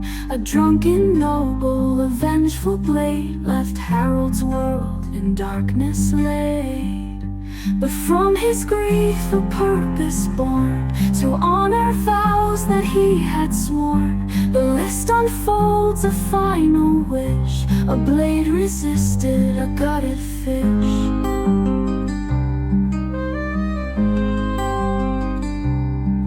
Now Harold roams through joy and strife, to live for three in one short life. From mountains high to oceans deep, this solemn pledge he vowed to keep. With boulder hat and iron will, he faces each task with hard-won skill. For every deed he sees it through, he feels their love forever true. And when the final task is done, when every battle's lost and won, he'll close his eyes, his duty clear, knowing his loved ones drawing near. In afterlife they'll meet again, their love eternal, free from pain. The list complete, their dreams fulfilled, a promise kept, a future will. Oh, Harold Grey, your journey's long, but in your heart they're never gone. With every dream that you fulfill, Fiona and Angus are with you still.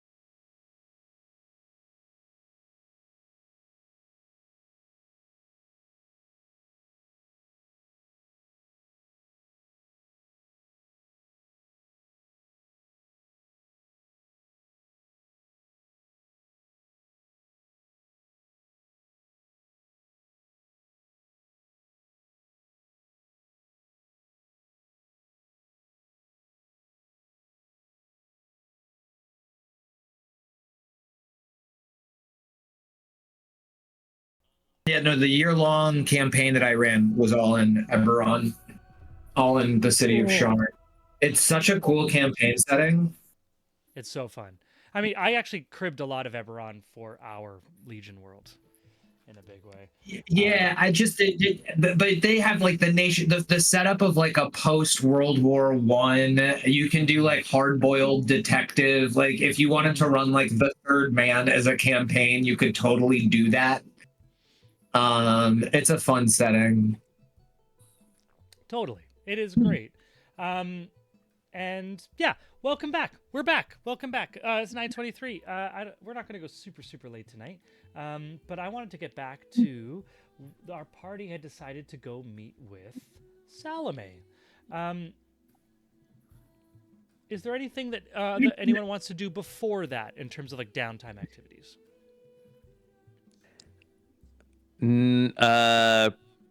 Should we, as a talking outside a party, should we split the diff and have Sam emissary for Salome, and then we can stay on track and get the information that we need from.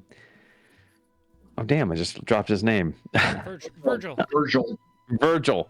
Yeah. So because we can get halfling to halfling conversation, and then Sam can do brother and sister conversation. We can just stay. What are you going to say, Keen? Sorry. I was just going to say, Quinn, what are Virgil's pronouns? Because you've been, they've been fluid. They've been very fluid. I think Virgil is fluid. Let's go for it. Let's own it. I think Virgil's he she. Virgil likes to he she they it. He she they it. Virgil's not pinned down by simple binary genders. Virgil just has a good time. Ashiok is Ashiok.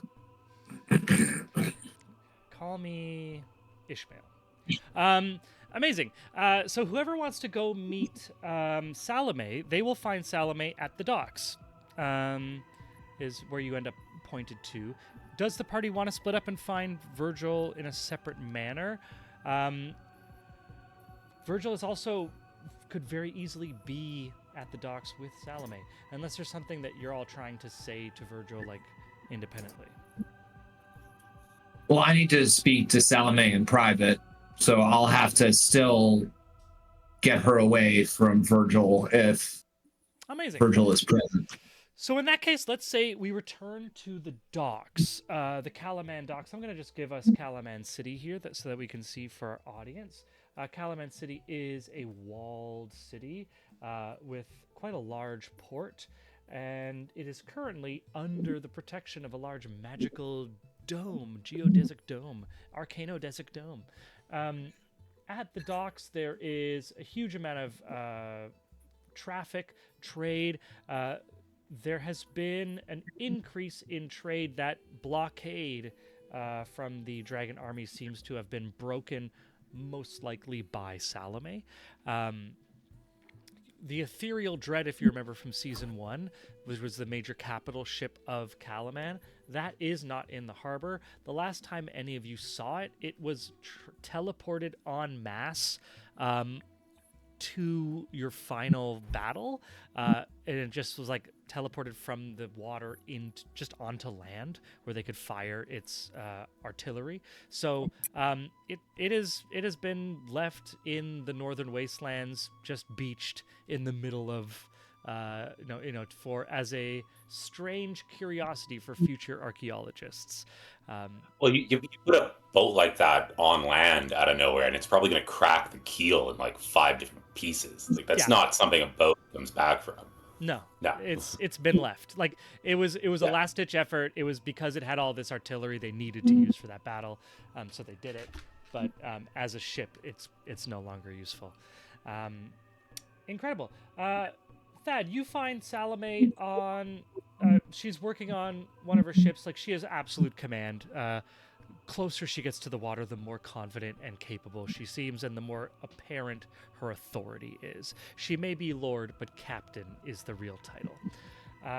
And Virgil is sitting at the base of one of these large jetties, smoking a pipe, has a little fishing line.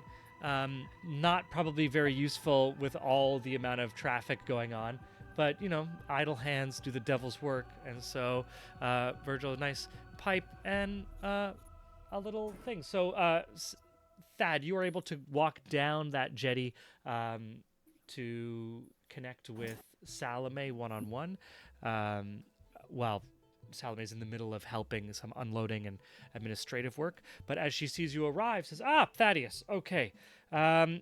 Just keep going. Yeah, you should be able to get that, and we're going to need to go with the tide, so we just need to make sure that we... Okay, how about Davis, can you just take over? Great, wonderful. Thad. Sister, for the present conversation that I wish to have with you, if we talk with low voices here, do you feel sufficiently private?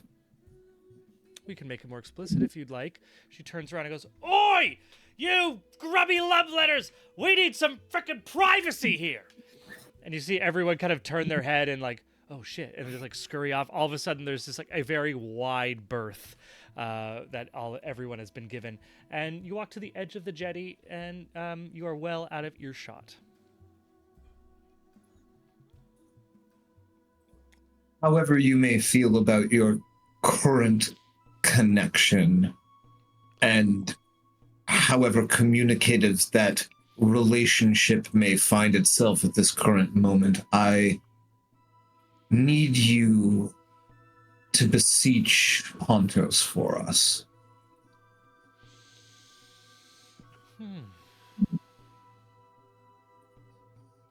What for? To inform Pontos that we believe there may be a plot in order to convene all of the gods together again, and that they might be to be blamed for atrocities that they are not committing, and that they may wish to lend help in order to combat any forces that might be trying to frame them. And also to help us and to help themselves remove the rot from the roots of the trees of Zivillin. I see. It's just, if Pontos is concerned about these events and knows of other gods that may be concerned of these events, we could use their smiles upon us. We want your friend to call our friends so that they can help. Sorry, am I on mute? Sorry, I'm... No, you're good. Harold emerging from behind Thad. So much for privacy. Salome kind of chuckles and says, we might as well deal with this first. How private do you want this? Because as your young friend Harold has just shown, the halflings are quite good at finding out secret information, and I hesitate to try to keep anything from Virgil, which, to be honest, I'm not sure if I could. If Virgil is in confidence with your relationship with Pontos, then by all means, I have no problem with you asking or telling him that you've asked your patron for a boon on our behalf. Now you bring it up, I'm not sure. We haven't said anything, but he's a smarmy little guy. He seems like he always knows everything. Okay. Your secrets are your own to keep, sister. Leave it to me. Happy to commune and share that information. I'm not sure what Pontos can offer you directly, but... well, I can offer you something. Well, that would be a benefit, and more along the lines of if Pontos could spread the word among any of his divine kin that he may or may not contact or frequent. To spread the word, if you would. As you're describing this, and after Harold's come up, she's nodded. You see her step out of her boots without even reaching down for them, just stepping on the heels, stepping out of her boots. She takes off her outer leathers. She's not wearing her armor right now, just her sailing outfit. And she, as you finish your last point, she nods, takes a strong front dive into the water. Not much of a splash. Clearly confident and skilled, even with this dock that is like a good 7 feet off the surface. And as she breaks out of the water, head coming out, well, Thad, the message is sent. Thank you very much, sister. I appreciate it, and hopefully within the next day, we will trouble your city no longer. Oh, well, you know you're always welcome here, your family, but if you do choose to leave, then yes, I could not ask for you to go sooner. Sister, I do have one more request. Name it, brother dearest. I think that a statue of Thaddeus Turnpike, the conqueror of Kalamon, would do wonderfully in a square. What do they say on land? We'll take that into consideration. Thank you, sister. At this point, she's like climbed out a ladder at the edge of the dock and is drying her hair out.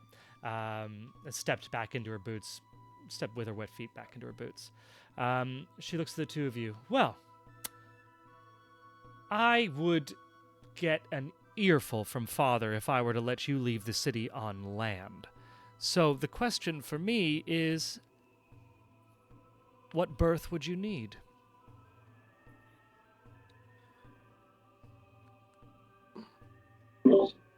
You're gonna pimp me out on knowing the berths of ships, Coy? So I am going to say that this conversation is going to go into a more of like a out of character conversation. I'm going to go back to the party to talk with Virgil. We'll return for this conversation around your ship. Harold, you could have been a part of this conversation with Virgil and snuck off, or you can also. Yeah, I think once Thad starts talking about his statue and they start having like brother-sister time, Harold probably fucks off. Amazing. So in that case, I think Arlie and Aelric will be the first who come to Virgil. Now do you wait until Harold returns from having spoken with that, or do you want to start speaking to Virgil on your own? Either of you, Arlie and Aelric. Okay, Arlie would like to be so sleep deprived at this point because Claire is on like so many painkillers that I just can't. I don't know what it is. So Arlie's just gonna be, I think, fully just like half dozing and she's just gonna look to Aelric and be like, "You seem terribly confident these days. It seemed terribly confident and also like quite over all of our bullshit, which I admit there is a lot of. But so I'm gonna let you. What do you think we should do next, Aelric? Aelric takes his left index finger and just strokes it down Arlie's cheek. You should nap. I should. I'm far too important to be this tired. And then Aelric turns and sits in front of Virgil and just sits there and stares. Like stares I out like with this Virgil? approach. Huh? Are you staring at Virgil, or are you staring like out into the water with like side by side? Virgil... Just stares out into the water. Just stares out into the water, waiting patiently. So Virgil has a Fully line in gonna the take water. It's like in a pipe, like in one of those pipes. So it's like it's cast, but not necessarily actively fishing, and just sitting there with the pipe, looking out over the water, just like the satisfaction of stillness. And you join Virgil in that. Yeah, sorry. Sorry, I'm interrupting. You know how in The Lord of the Rings, the hobbits have those cloaks that can when they have to turn into a rock, they can immediately, she's like, "I'm hiding, it's a magic cloak." So I'm going to assume that Arlie's traveling like her traveling like thing that was like her traveling monk's robes, and they're not monk's robes, but her friar tuck outfit that she like ornamented in Versailles. I'm just gonna assume that it can kind of like turn into a cat bed when it needs to, and so like All cloaks are cat beds. Let's all be- cloaks are cat beds. So Canon Elric's statement. give her the compassionate directive to take a nap, and she's just fully on this dock, Okay, just gonna be amazing. like, So right. let me And weave a that- little. I love this. Let me weave a little scene here. So, as the party comes onto the bustling docks that are Calaman's docks, this is a city that is still undergoing a change in ownership. So, Salame's people are coming in. They're unloading stuff. They're like they've taken control of the docks. The dockmaster is now directly under Salame's control. Things are changing. Salome, as a proper sailor, is like, no, this is wrong. So like all the systems are changing. It's chaos. In the midst of this chaos, a small halfling sits with a cast rod, feet dangling over the dock, pipe in hand, just satisfying in there doing nothingness, like an old Italian man in a small village. The party seeing both Virgil and then down one of the docks, Salome making orders, splits off. Thaddeus, thinking he's alone, being followed silently by Harold, and Aelric sits down next to Virgil, now being the center, beside Aelric on the other side of Virgil on the other side, sits Arlie, who very quickly leans on Aelric. The little library cat curls up next to her in the cloak that's pulled down, and in an instant is out cold. And so we have the sleeping Kender, the looming Aelric, and the soft, puffing Virgil sitting, the three of them side by side, four if we include our little library cat. This little moment, this little tableau, as it were, stillness in chaos, is augmented by Harold, who returns after Thad starts to get into talks about statues. Harold, you come across Virgil sitting here with your two companions, Arlie and her cat, totally out, just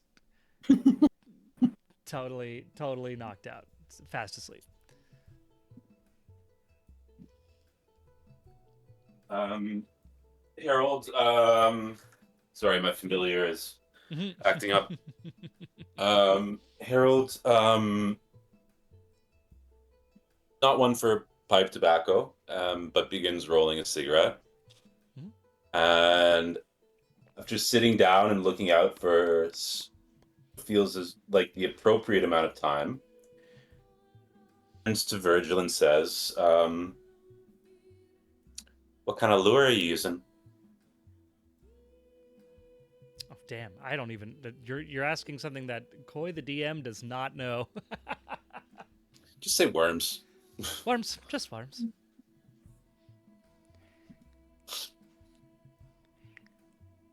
Where is this staff piece you spoke of?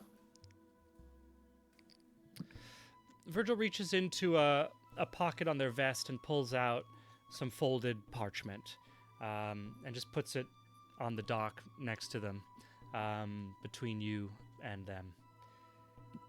The first piece we were able to narrow down to what we call Webb's Edge.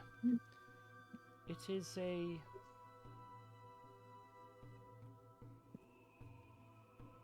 might say a safe house or a place of worship of a demon god. Have you heard of Lolth?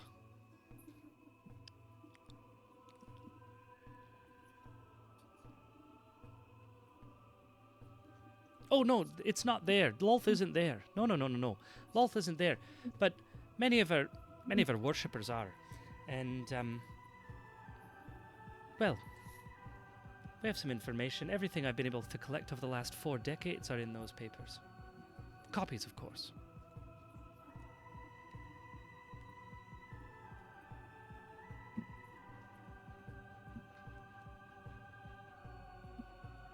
It appears that we know where we're going then. Aye, Question for you, Virgil. of course. Salome said that you made a deal with her. Aye. She made out quite well, I'd say. When was this deal struck? It was shortly after the gods were released. Huh. Reasonable.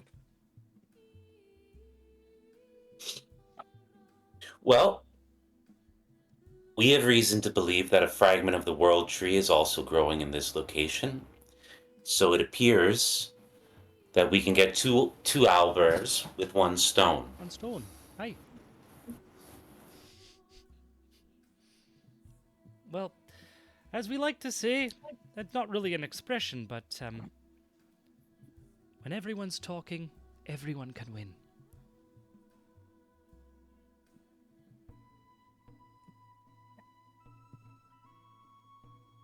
Hey,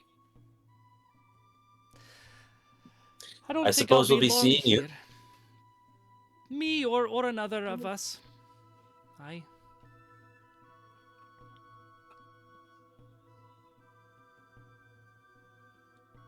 I expect, I've heard there's some good fishing down the river, the Vingard River. You actually, is it right, you were at Vogler yourself?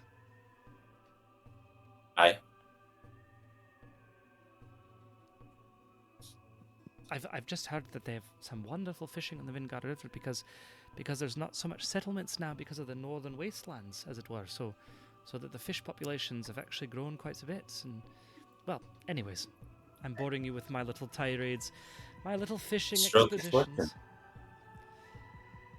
Everyone can win when we all talk together. Let us hope so. If we have nothing else, at least we have that. Oh, is that a... Oh, no, that's not a bite. Virgil continues to puff away. Thaddeus. Talk of births. Okay. Type of I'm gonna- mooring. So I am gonna we're gonna finish our session here on some table talk. So everyone's included in this for sure. Everyone can be a part of this. I'm not gonna role play these decisions because it's gonna take too long and I don't even know how to do it. Your sister would be not only like personally like. Would she feel insulted? Like, would she feel insulted were you to leave by cart or horse? But your father would probably disown her if you were to leave a port town without your own vessel. So, Of course. the question now is what vessel you want to leave with. There are various options, and I will say from the perspective of a little bit of metagaming, we are looking at a kind of a quasi home base traveling location that we can return to that is separate from Calaman. So Calaman, you have safe harbor always with your sister in charge. It is a very safe harbor. As you travel around the world, how are you going to do that? You would do it either by road and by horse or by sail. This is your vessel that you would be able to use. We are looking at effectively two options. So we're looking at three options, sorry. There is a small option, which is equivalent to a historical galleon. You can look these up in the chat if you want, or on your own. A historical galleon similar to the Golden Hind. It is a multi-masted ship with a crew of about 80. You can have less. That's a fully stocked crew. You could have less than that. A skeleton crew is about 20 to 40 people. Below 10 becomes like very, very perilous to sail. A small galleon would have 22 gun ports, 20 broadsides, 10 on each side. It would have sails and oars, and a wooden hull. The larger option would be a frigate size. Historical frigates had a full crew of 300 to 500. That's including Marines. So that's like soldiers that would either like attack other vessels or just like be able to fight alongside if you had to like do any fighting. A skeleton crew of the frigate is like 50 to 100 people. Below 50 becomes very perilous to sail.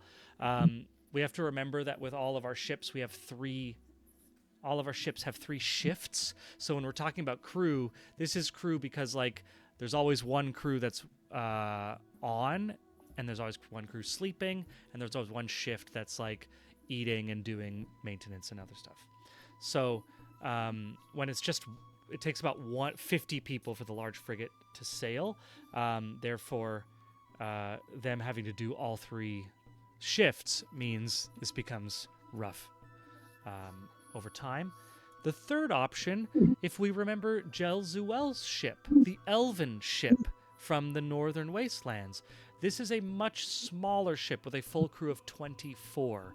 It requires 1 spellcaster to operate, to be there to be operating the ship because it is extremely complicated rigging, and it uses some arcane, like it is a imbued vessel. It has a Sylvanestry Heartwood hull. It has a permanent teleportation circle on it, if you remember. And it does not have any gun ports.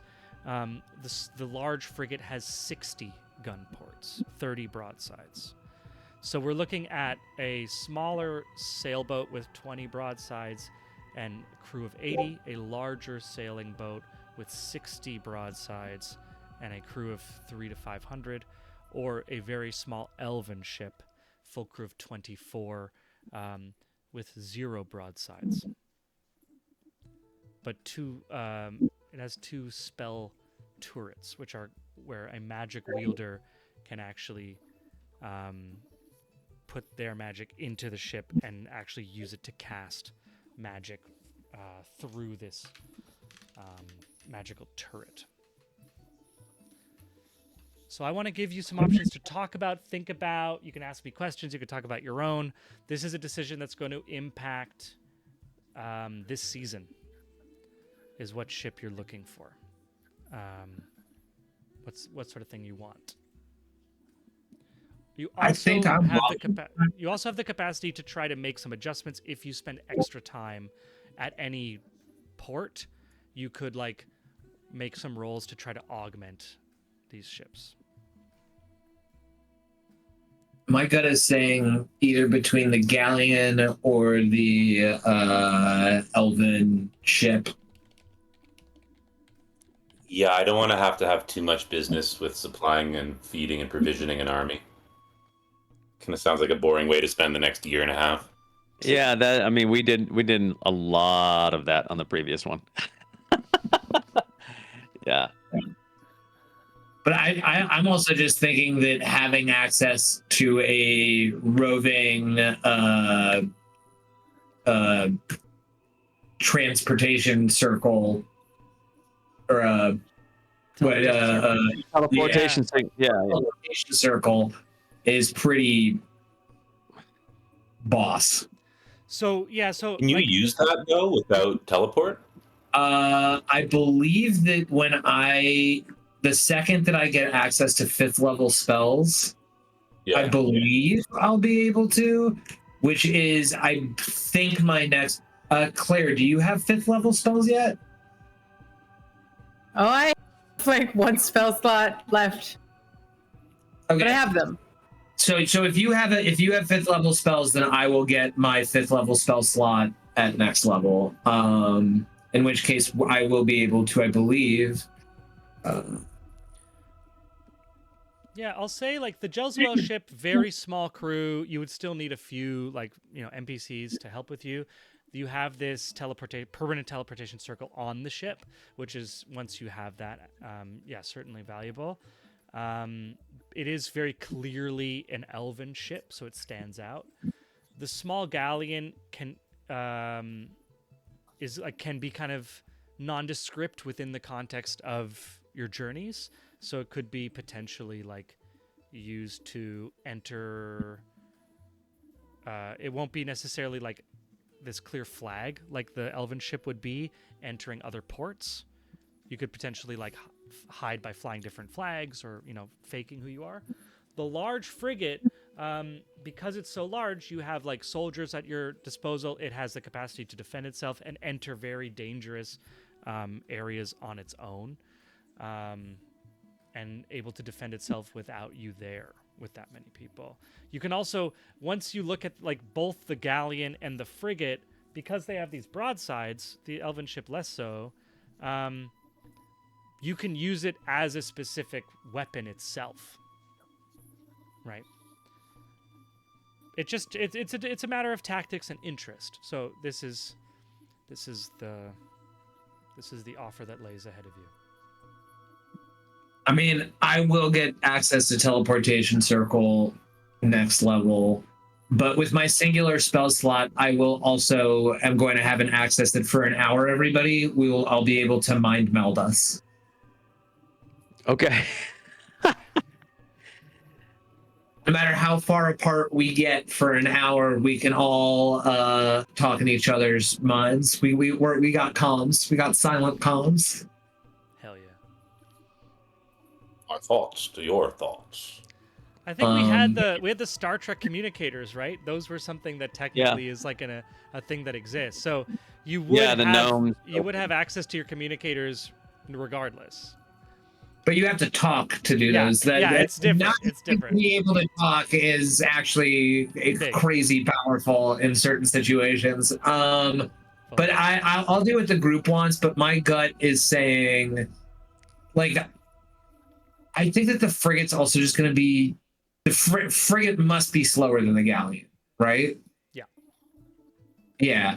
So I'm either for the halfway between, do we want firepower or do we want to be able to instantly teleportation circle back to that ship whenever we want to? Who's making? What are the disadvantages of the larger ships, Goy? The disadvantages. So like there is. The frigate's going to be slower. The frigate has a clockwork mechanism to travel without the wind, so it's going to be the frigate can move quite well without wind. The galleon is going to be like oars. Certainly, as you already intuited, the galleon and the frigate have larger crews, which become a bit more of a concern. Just like considering like the types of things that you as a party can survive without really thinking is not the type of thing that like a crew of normal people can easily survive without thinking. But then again, 60 broadsides is a lot of power. But it's the larger you are, the larger target you are, the more notice you'll get. You won't be able to sneak into a bay with a frigate. Like try to sneak. Sneaking into a bay under the cover of night so that you can like get somewhere. Going to be much harder with a larger ship. But if you want to fight a sea monster, much easier with a larger ship.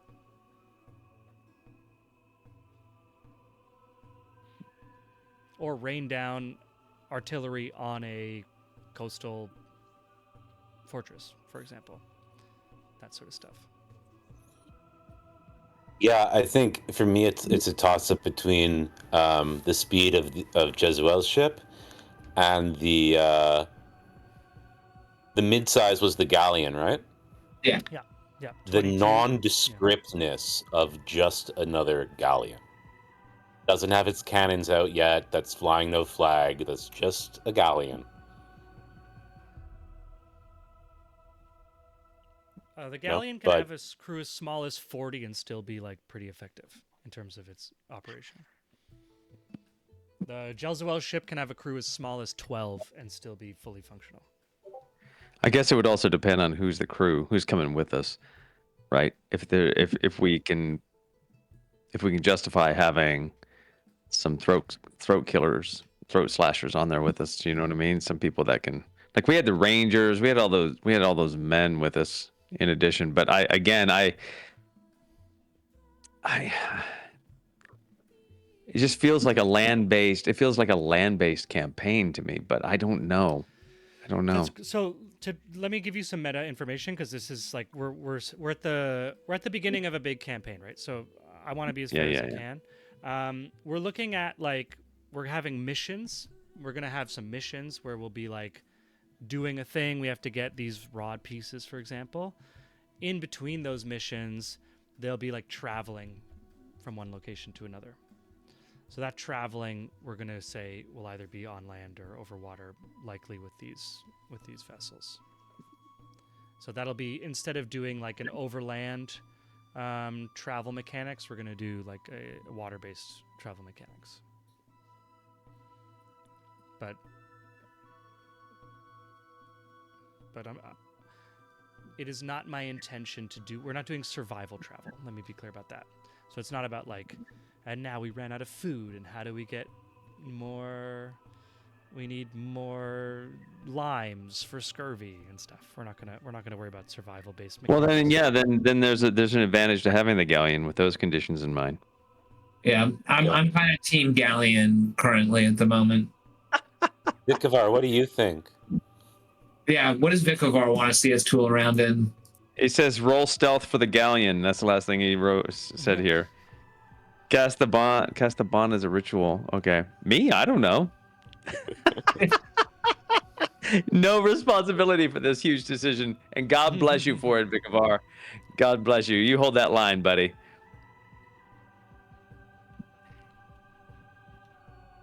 I think galleon. What do you think, Claire? I think the galleon as well. I don't know what anything is. I've given a little. I've fired a little screenshot in the chat for anyone who wants to look at my notes. As a breakdown, just like a little table for my party. We have last time. We had like an army last time. I was like, oh fuck the army. Last time you had like a full army of like 200 or 300. Yeah. Yeah, it was massive. Well, we had 7. We had companies of people for everybody. Plus, we had a company on the boat and the people on the boat. And the Ethereal Dread, which was like the main ship last time, that's the scale of a frigate. Yeah. So the Ethereal Dread. Another thing that the Ethereal, like that a frigate would have, is a frigate would have more things you can do on the ship. For example, like if you needed to do like armor repairs, or you needed to do like, there's actual like rooms for things in the frigate that you in a smaller ship, it's just more of like just the ship. So it's less of a mobile home base. Does that make sense? Does a scorpion launcher launch scorpions onto the enemy ship? A scorpion launcher is a massive crossbow bolt, basically. Got it. Yeah. So the idea is that there are like tiers of these port weapons. So starting with like scorpion launchers, which are like just bolts, large bolts, and then if you want to upgrade them at a port, which would take some time and some rolls, you can upgrade them to a Dwarven black powder cannon. You can upgrade them to a Gnomish energy lance. There's the potential to increase their capacity. Now I just want to. Sorry, Claire, go ahead. No, I'm just like, I'm surprised that we didn't have votes for Jelzuel's ship. There's certainly a lot of interest for Jelzuel's ship. Yeah. There is, okay, yeah. I honestly, like, I'm really curious. Okay, so the Lapra project was all about ship-to-ship combat, and like Paul worked out an amazing homebrew system, which I highly recommend if you want to have easy ship-to-ship combat. But because of having done a lot of that in D&D, my instincts just for gameplay are to go like with the smallest thing, just because it's the most manageable type of storytelling. But that's not really here or there, you know, because like that's up to you. I'm just like backseat DMing in my own head. No, for a big part of it is a big part of the choice is also the style of how you want to play your travel, right? Like if you want to play your travel as this kind of like mobile home base, the frigate is going to offer that, right? Like there's going to be a lot of people, you have a lot of options, there's like things that it can offer. The way you want to travel like, is going to be different. You could be like, I'm going to go to the blacksmith on the frigate. Like I'm going to go get my armor fixed up, my arrow, like, or whatever. Yeah, exactly. Whereas like when you're on Jelzuel's ship, it's really minimal. Like Jelzuel's ship, it has a couple spell turrets. So these are like opportunities for you to harness your magical energy as a magic caster into a weapon. Other than that, like you need to fire, like Jelzuel was traveling with a bunch of elves. They all had longbows. So like the idea is with these elven ships, the crew is its own defense. So much more vulnerable, but it's if the way you want to play is like we're moving fast, we're a strike team, it's the choice is the options are also connected with like kind of the play style you're interested in. Yeah. Yeah, I have no idea. I have no instinct for one or the other. I mean, as a spellcaster, I'm limited now. So, look, part of me really, of course, wants the frigate for like the full-on, like have the blacksmith, have everything, build up the everything. Yeah, have everything. Village. But then the other part of me is like, if a galleon is good enough for the Straw Hat Pirates, it should be good enough for us, you know? So that's... What's a Straw Hat Pirate? Nobody watches One Piece, but that's... Oh, yeah. But that's okay. For me, it's between... I think that the teleportation circle might be pretty useful, but I don't know if the lack of cannons, I feel like cannons might just be nice. But I don't know, having all the people there too, having like a stable. Yeah, I'm not gonna lie, having the commuter village with us. Okay. Well, I mean, given the fact that Koi said he's not going to be resource bound, like he's not really looking at that, playing it as like a resource bound. They're not all going to get scurvy and die on us or get the plague. Or like, I just don't want, to Keen's point, I just don't want to be unloading like this freaking battalion of Marines. Do you know what I mean? Like every time we come to a dock, I don't want to be like marching across the fucking countryside with all those Marines and stuff. That's I don't want to be in charge of them. I don't want to be like responsible for them. I just want to be like, you know, getting passage. Another way to describe it is like the larger the ship, the less you are directly in charge of the ship, right? If it's when it's Jelzuel's little ship, you are kind of the crew. Like you're very much the minimum crew you can have is 12. You are 4 of those 12. So you're involved with the sailing of it. The larger the ship, the less you need to be involved in the sailing. There's a captain, there's a skipper. You can just be like, we're going here. Like tell the captain and they're going to I like that. Arlie likes that. You know what? I'm coming around to Team Frigate. Oh, man. Arlie and Thad are like, oh, there should be people for that. There should be someone digging that weird. Well, I mean, it seems like you guys have enough. I mean, Elric has no dog in this hunt, to be honest with you. I mean, seafaring is not his game, and if how we're playing it in the game is that Thad's like the resources aren't going to be a problem. We've learned our lesson from the previous campaign. We don't need to be marching an army across the. Like, if all of that is his argument for taking this big ass frigate, I mean, Elric's basically gonna yield. He knows his limitations in terms of his own knowledge, so he's going to yield. And since you two are on it, I mean, he'll be on it. I mean, I'm not gonna lie, as a player my instinct was to go small, but as Arlie, it's like the more the merrier. Keen, how you doing over there, buddy? This conversation How's is great that for me as well. I'm happy with whatever the party wants. I think it would be fun to run the galleon or the or Jezebel's ship. But All right, let's do the galleon. Let's do the galleon. I'm cool. Let's do the galleon. I think that the galleon is that nice halfway in between everything. For sure, yeah. As you said, the galleon has the potential more than the other two to go into a port and be basically just another ship. Yeah, And we can trick it out as we go with what we need. Koi said we Hell yeah. can do that. Yeah, for sure. yeah, Sure. okay. Amazing. Galleon it is then. Does it have a name? The apostate. The apostate. Fantastic. Okay.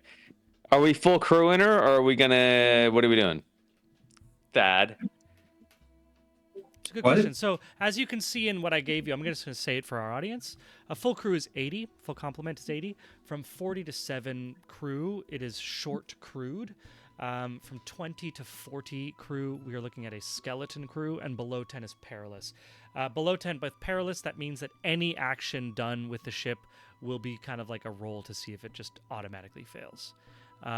Because there's not enough people to do everything, literally. A skeleton crew, there's enough people to do it, but any journey that is more than a day means that it's the same shift working all day and all night. It's possible to do it, but you're going to have to deal with exhaustion and that sort of thing. With a short crew, you're effectively able to operate at full capacity. You may just have less backup. Mechanically, short crew through travel Sorry. won't be a huge disadvantage. Vicabard votes for full crew. Yeah, No, sure. Let's do a full crew. We might as well. No, wait, crew. see. Cool. All right. So after walking We'll up and probably down, lose some as we go. yeah, that could happen. Yeah. I think you could also take on more than 80.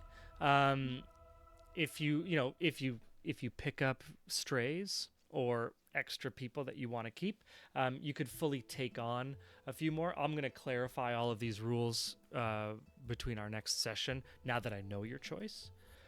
It'll be like a campsite in Baldur's Gate 3. It's just we keep the people that we want to. Yeah, We just keep them all there. And we Yeah, only we'll meet you take at the- one out at a time.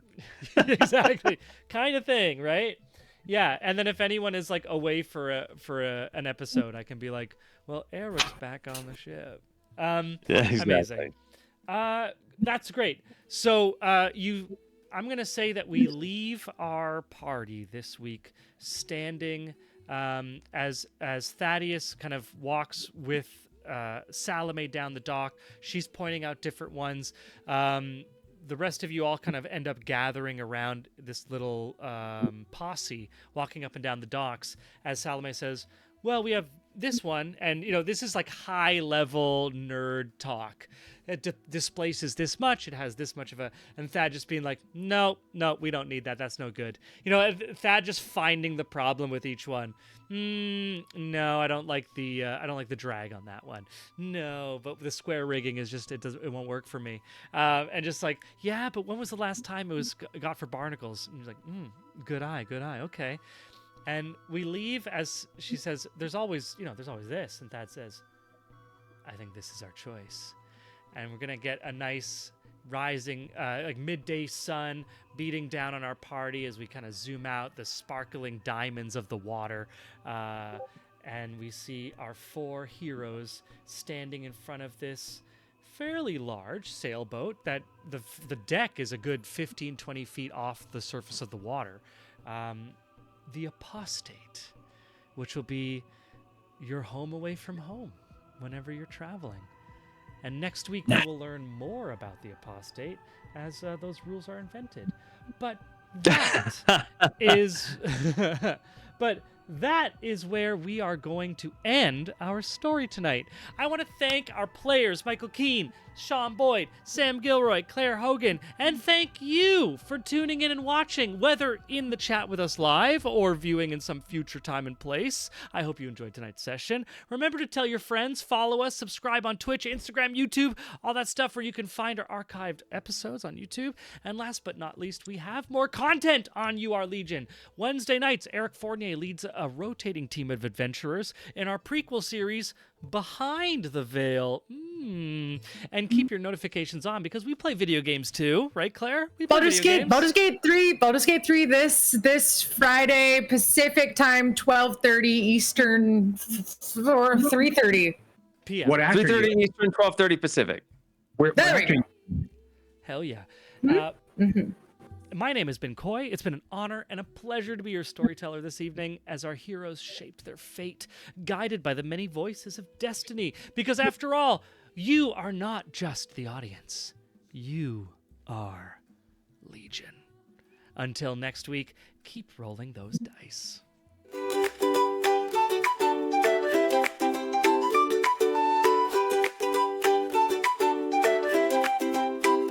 Candlewick Manor, born to nobility, Ollie danced through life with frivolity.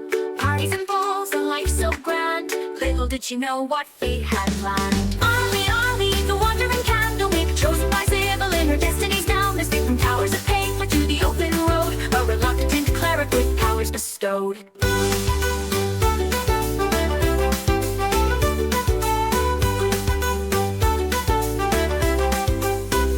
Plucked from luxury, thrust into robes, surrounded by tomes and dusty old globes. But Ollie's mind, sharp as a tack, mastered the legalese others did lack. Contracts and bylaws, she knew them all. Her litigious prowess made bureaucrats fall. In mazes of paperwork, she'd find a way to bend the rules and save the day.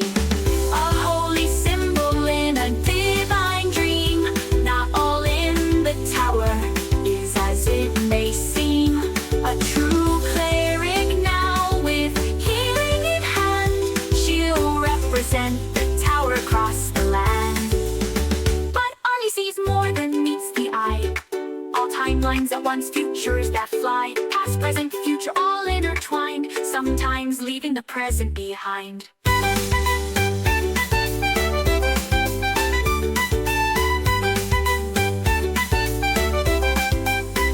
But Ollie sees more than meets the eye. All timelines at once, futures that fly. Past, present, future, all intertwined. Sometimes leaving the present behind.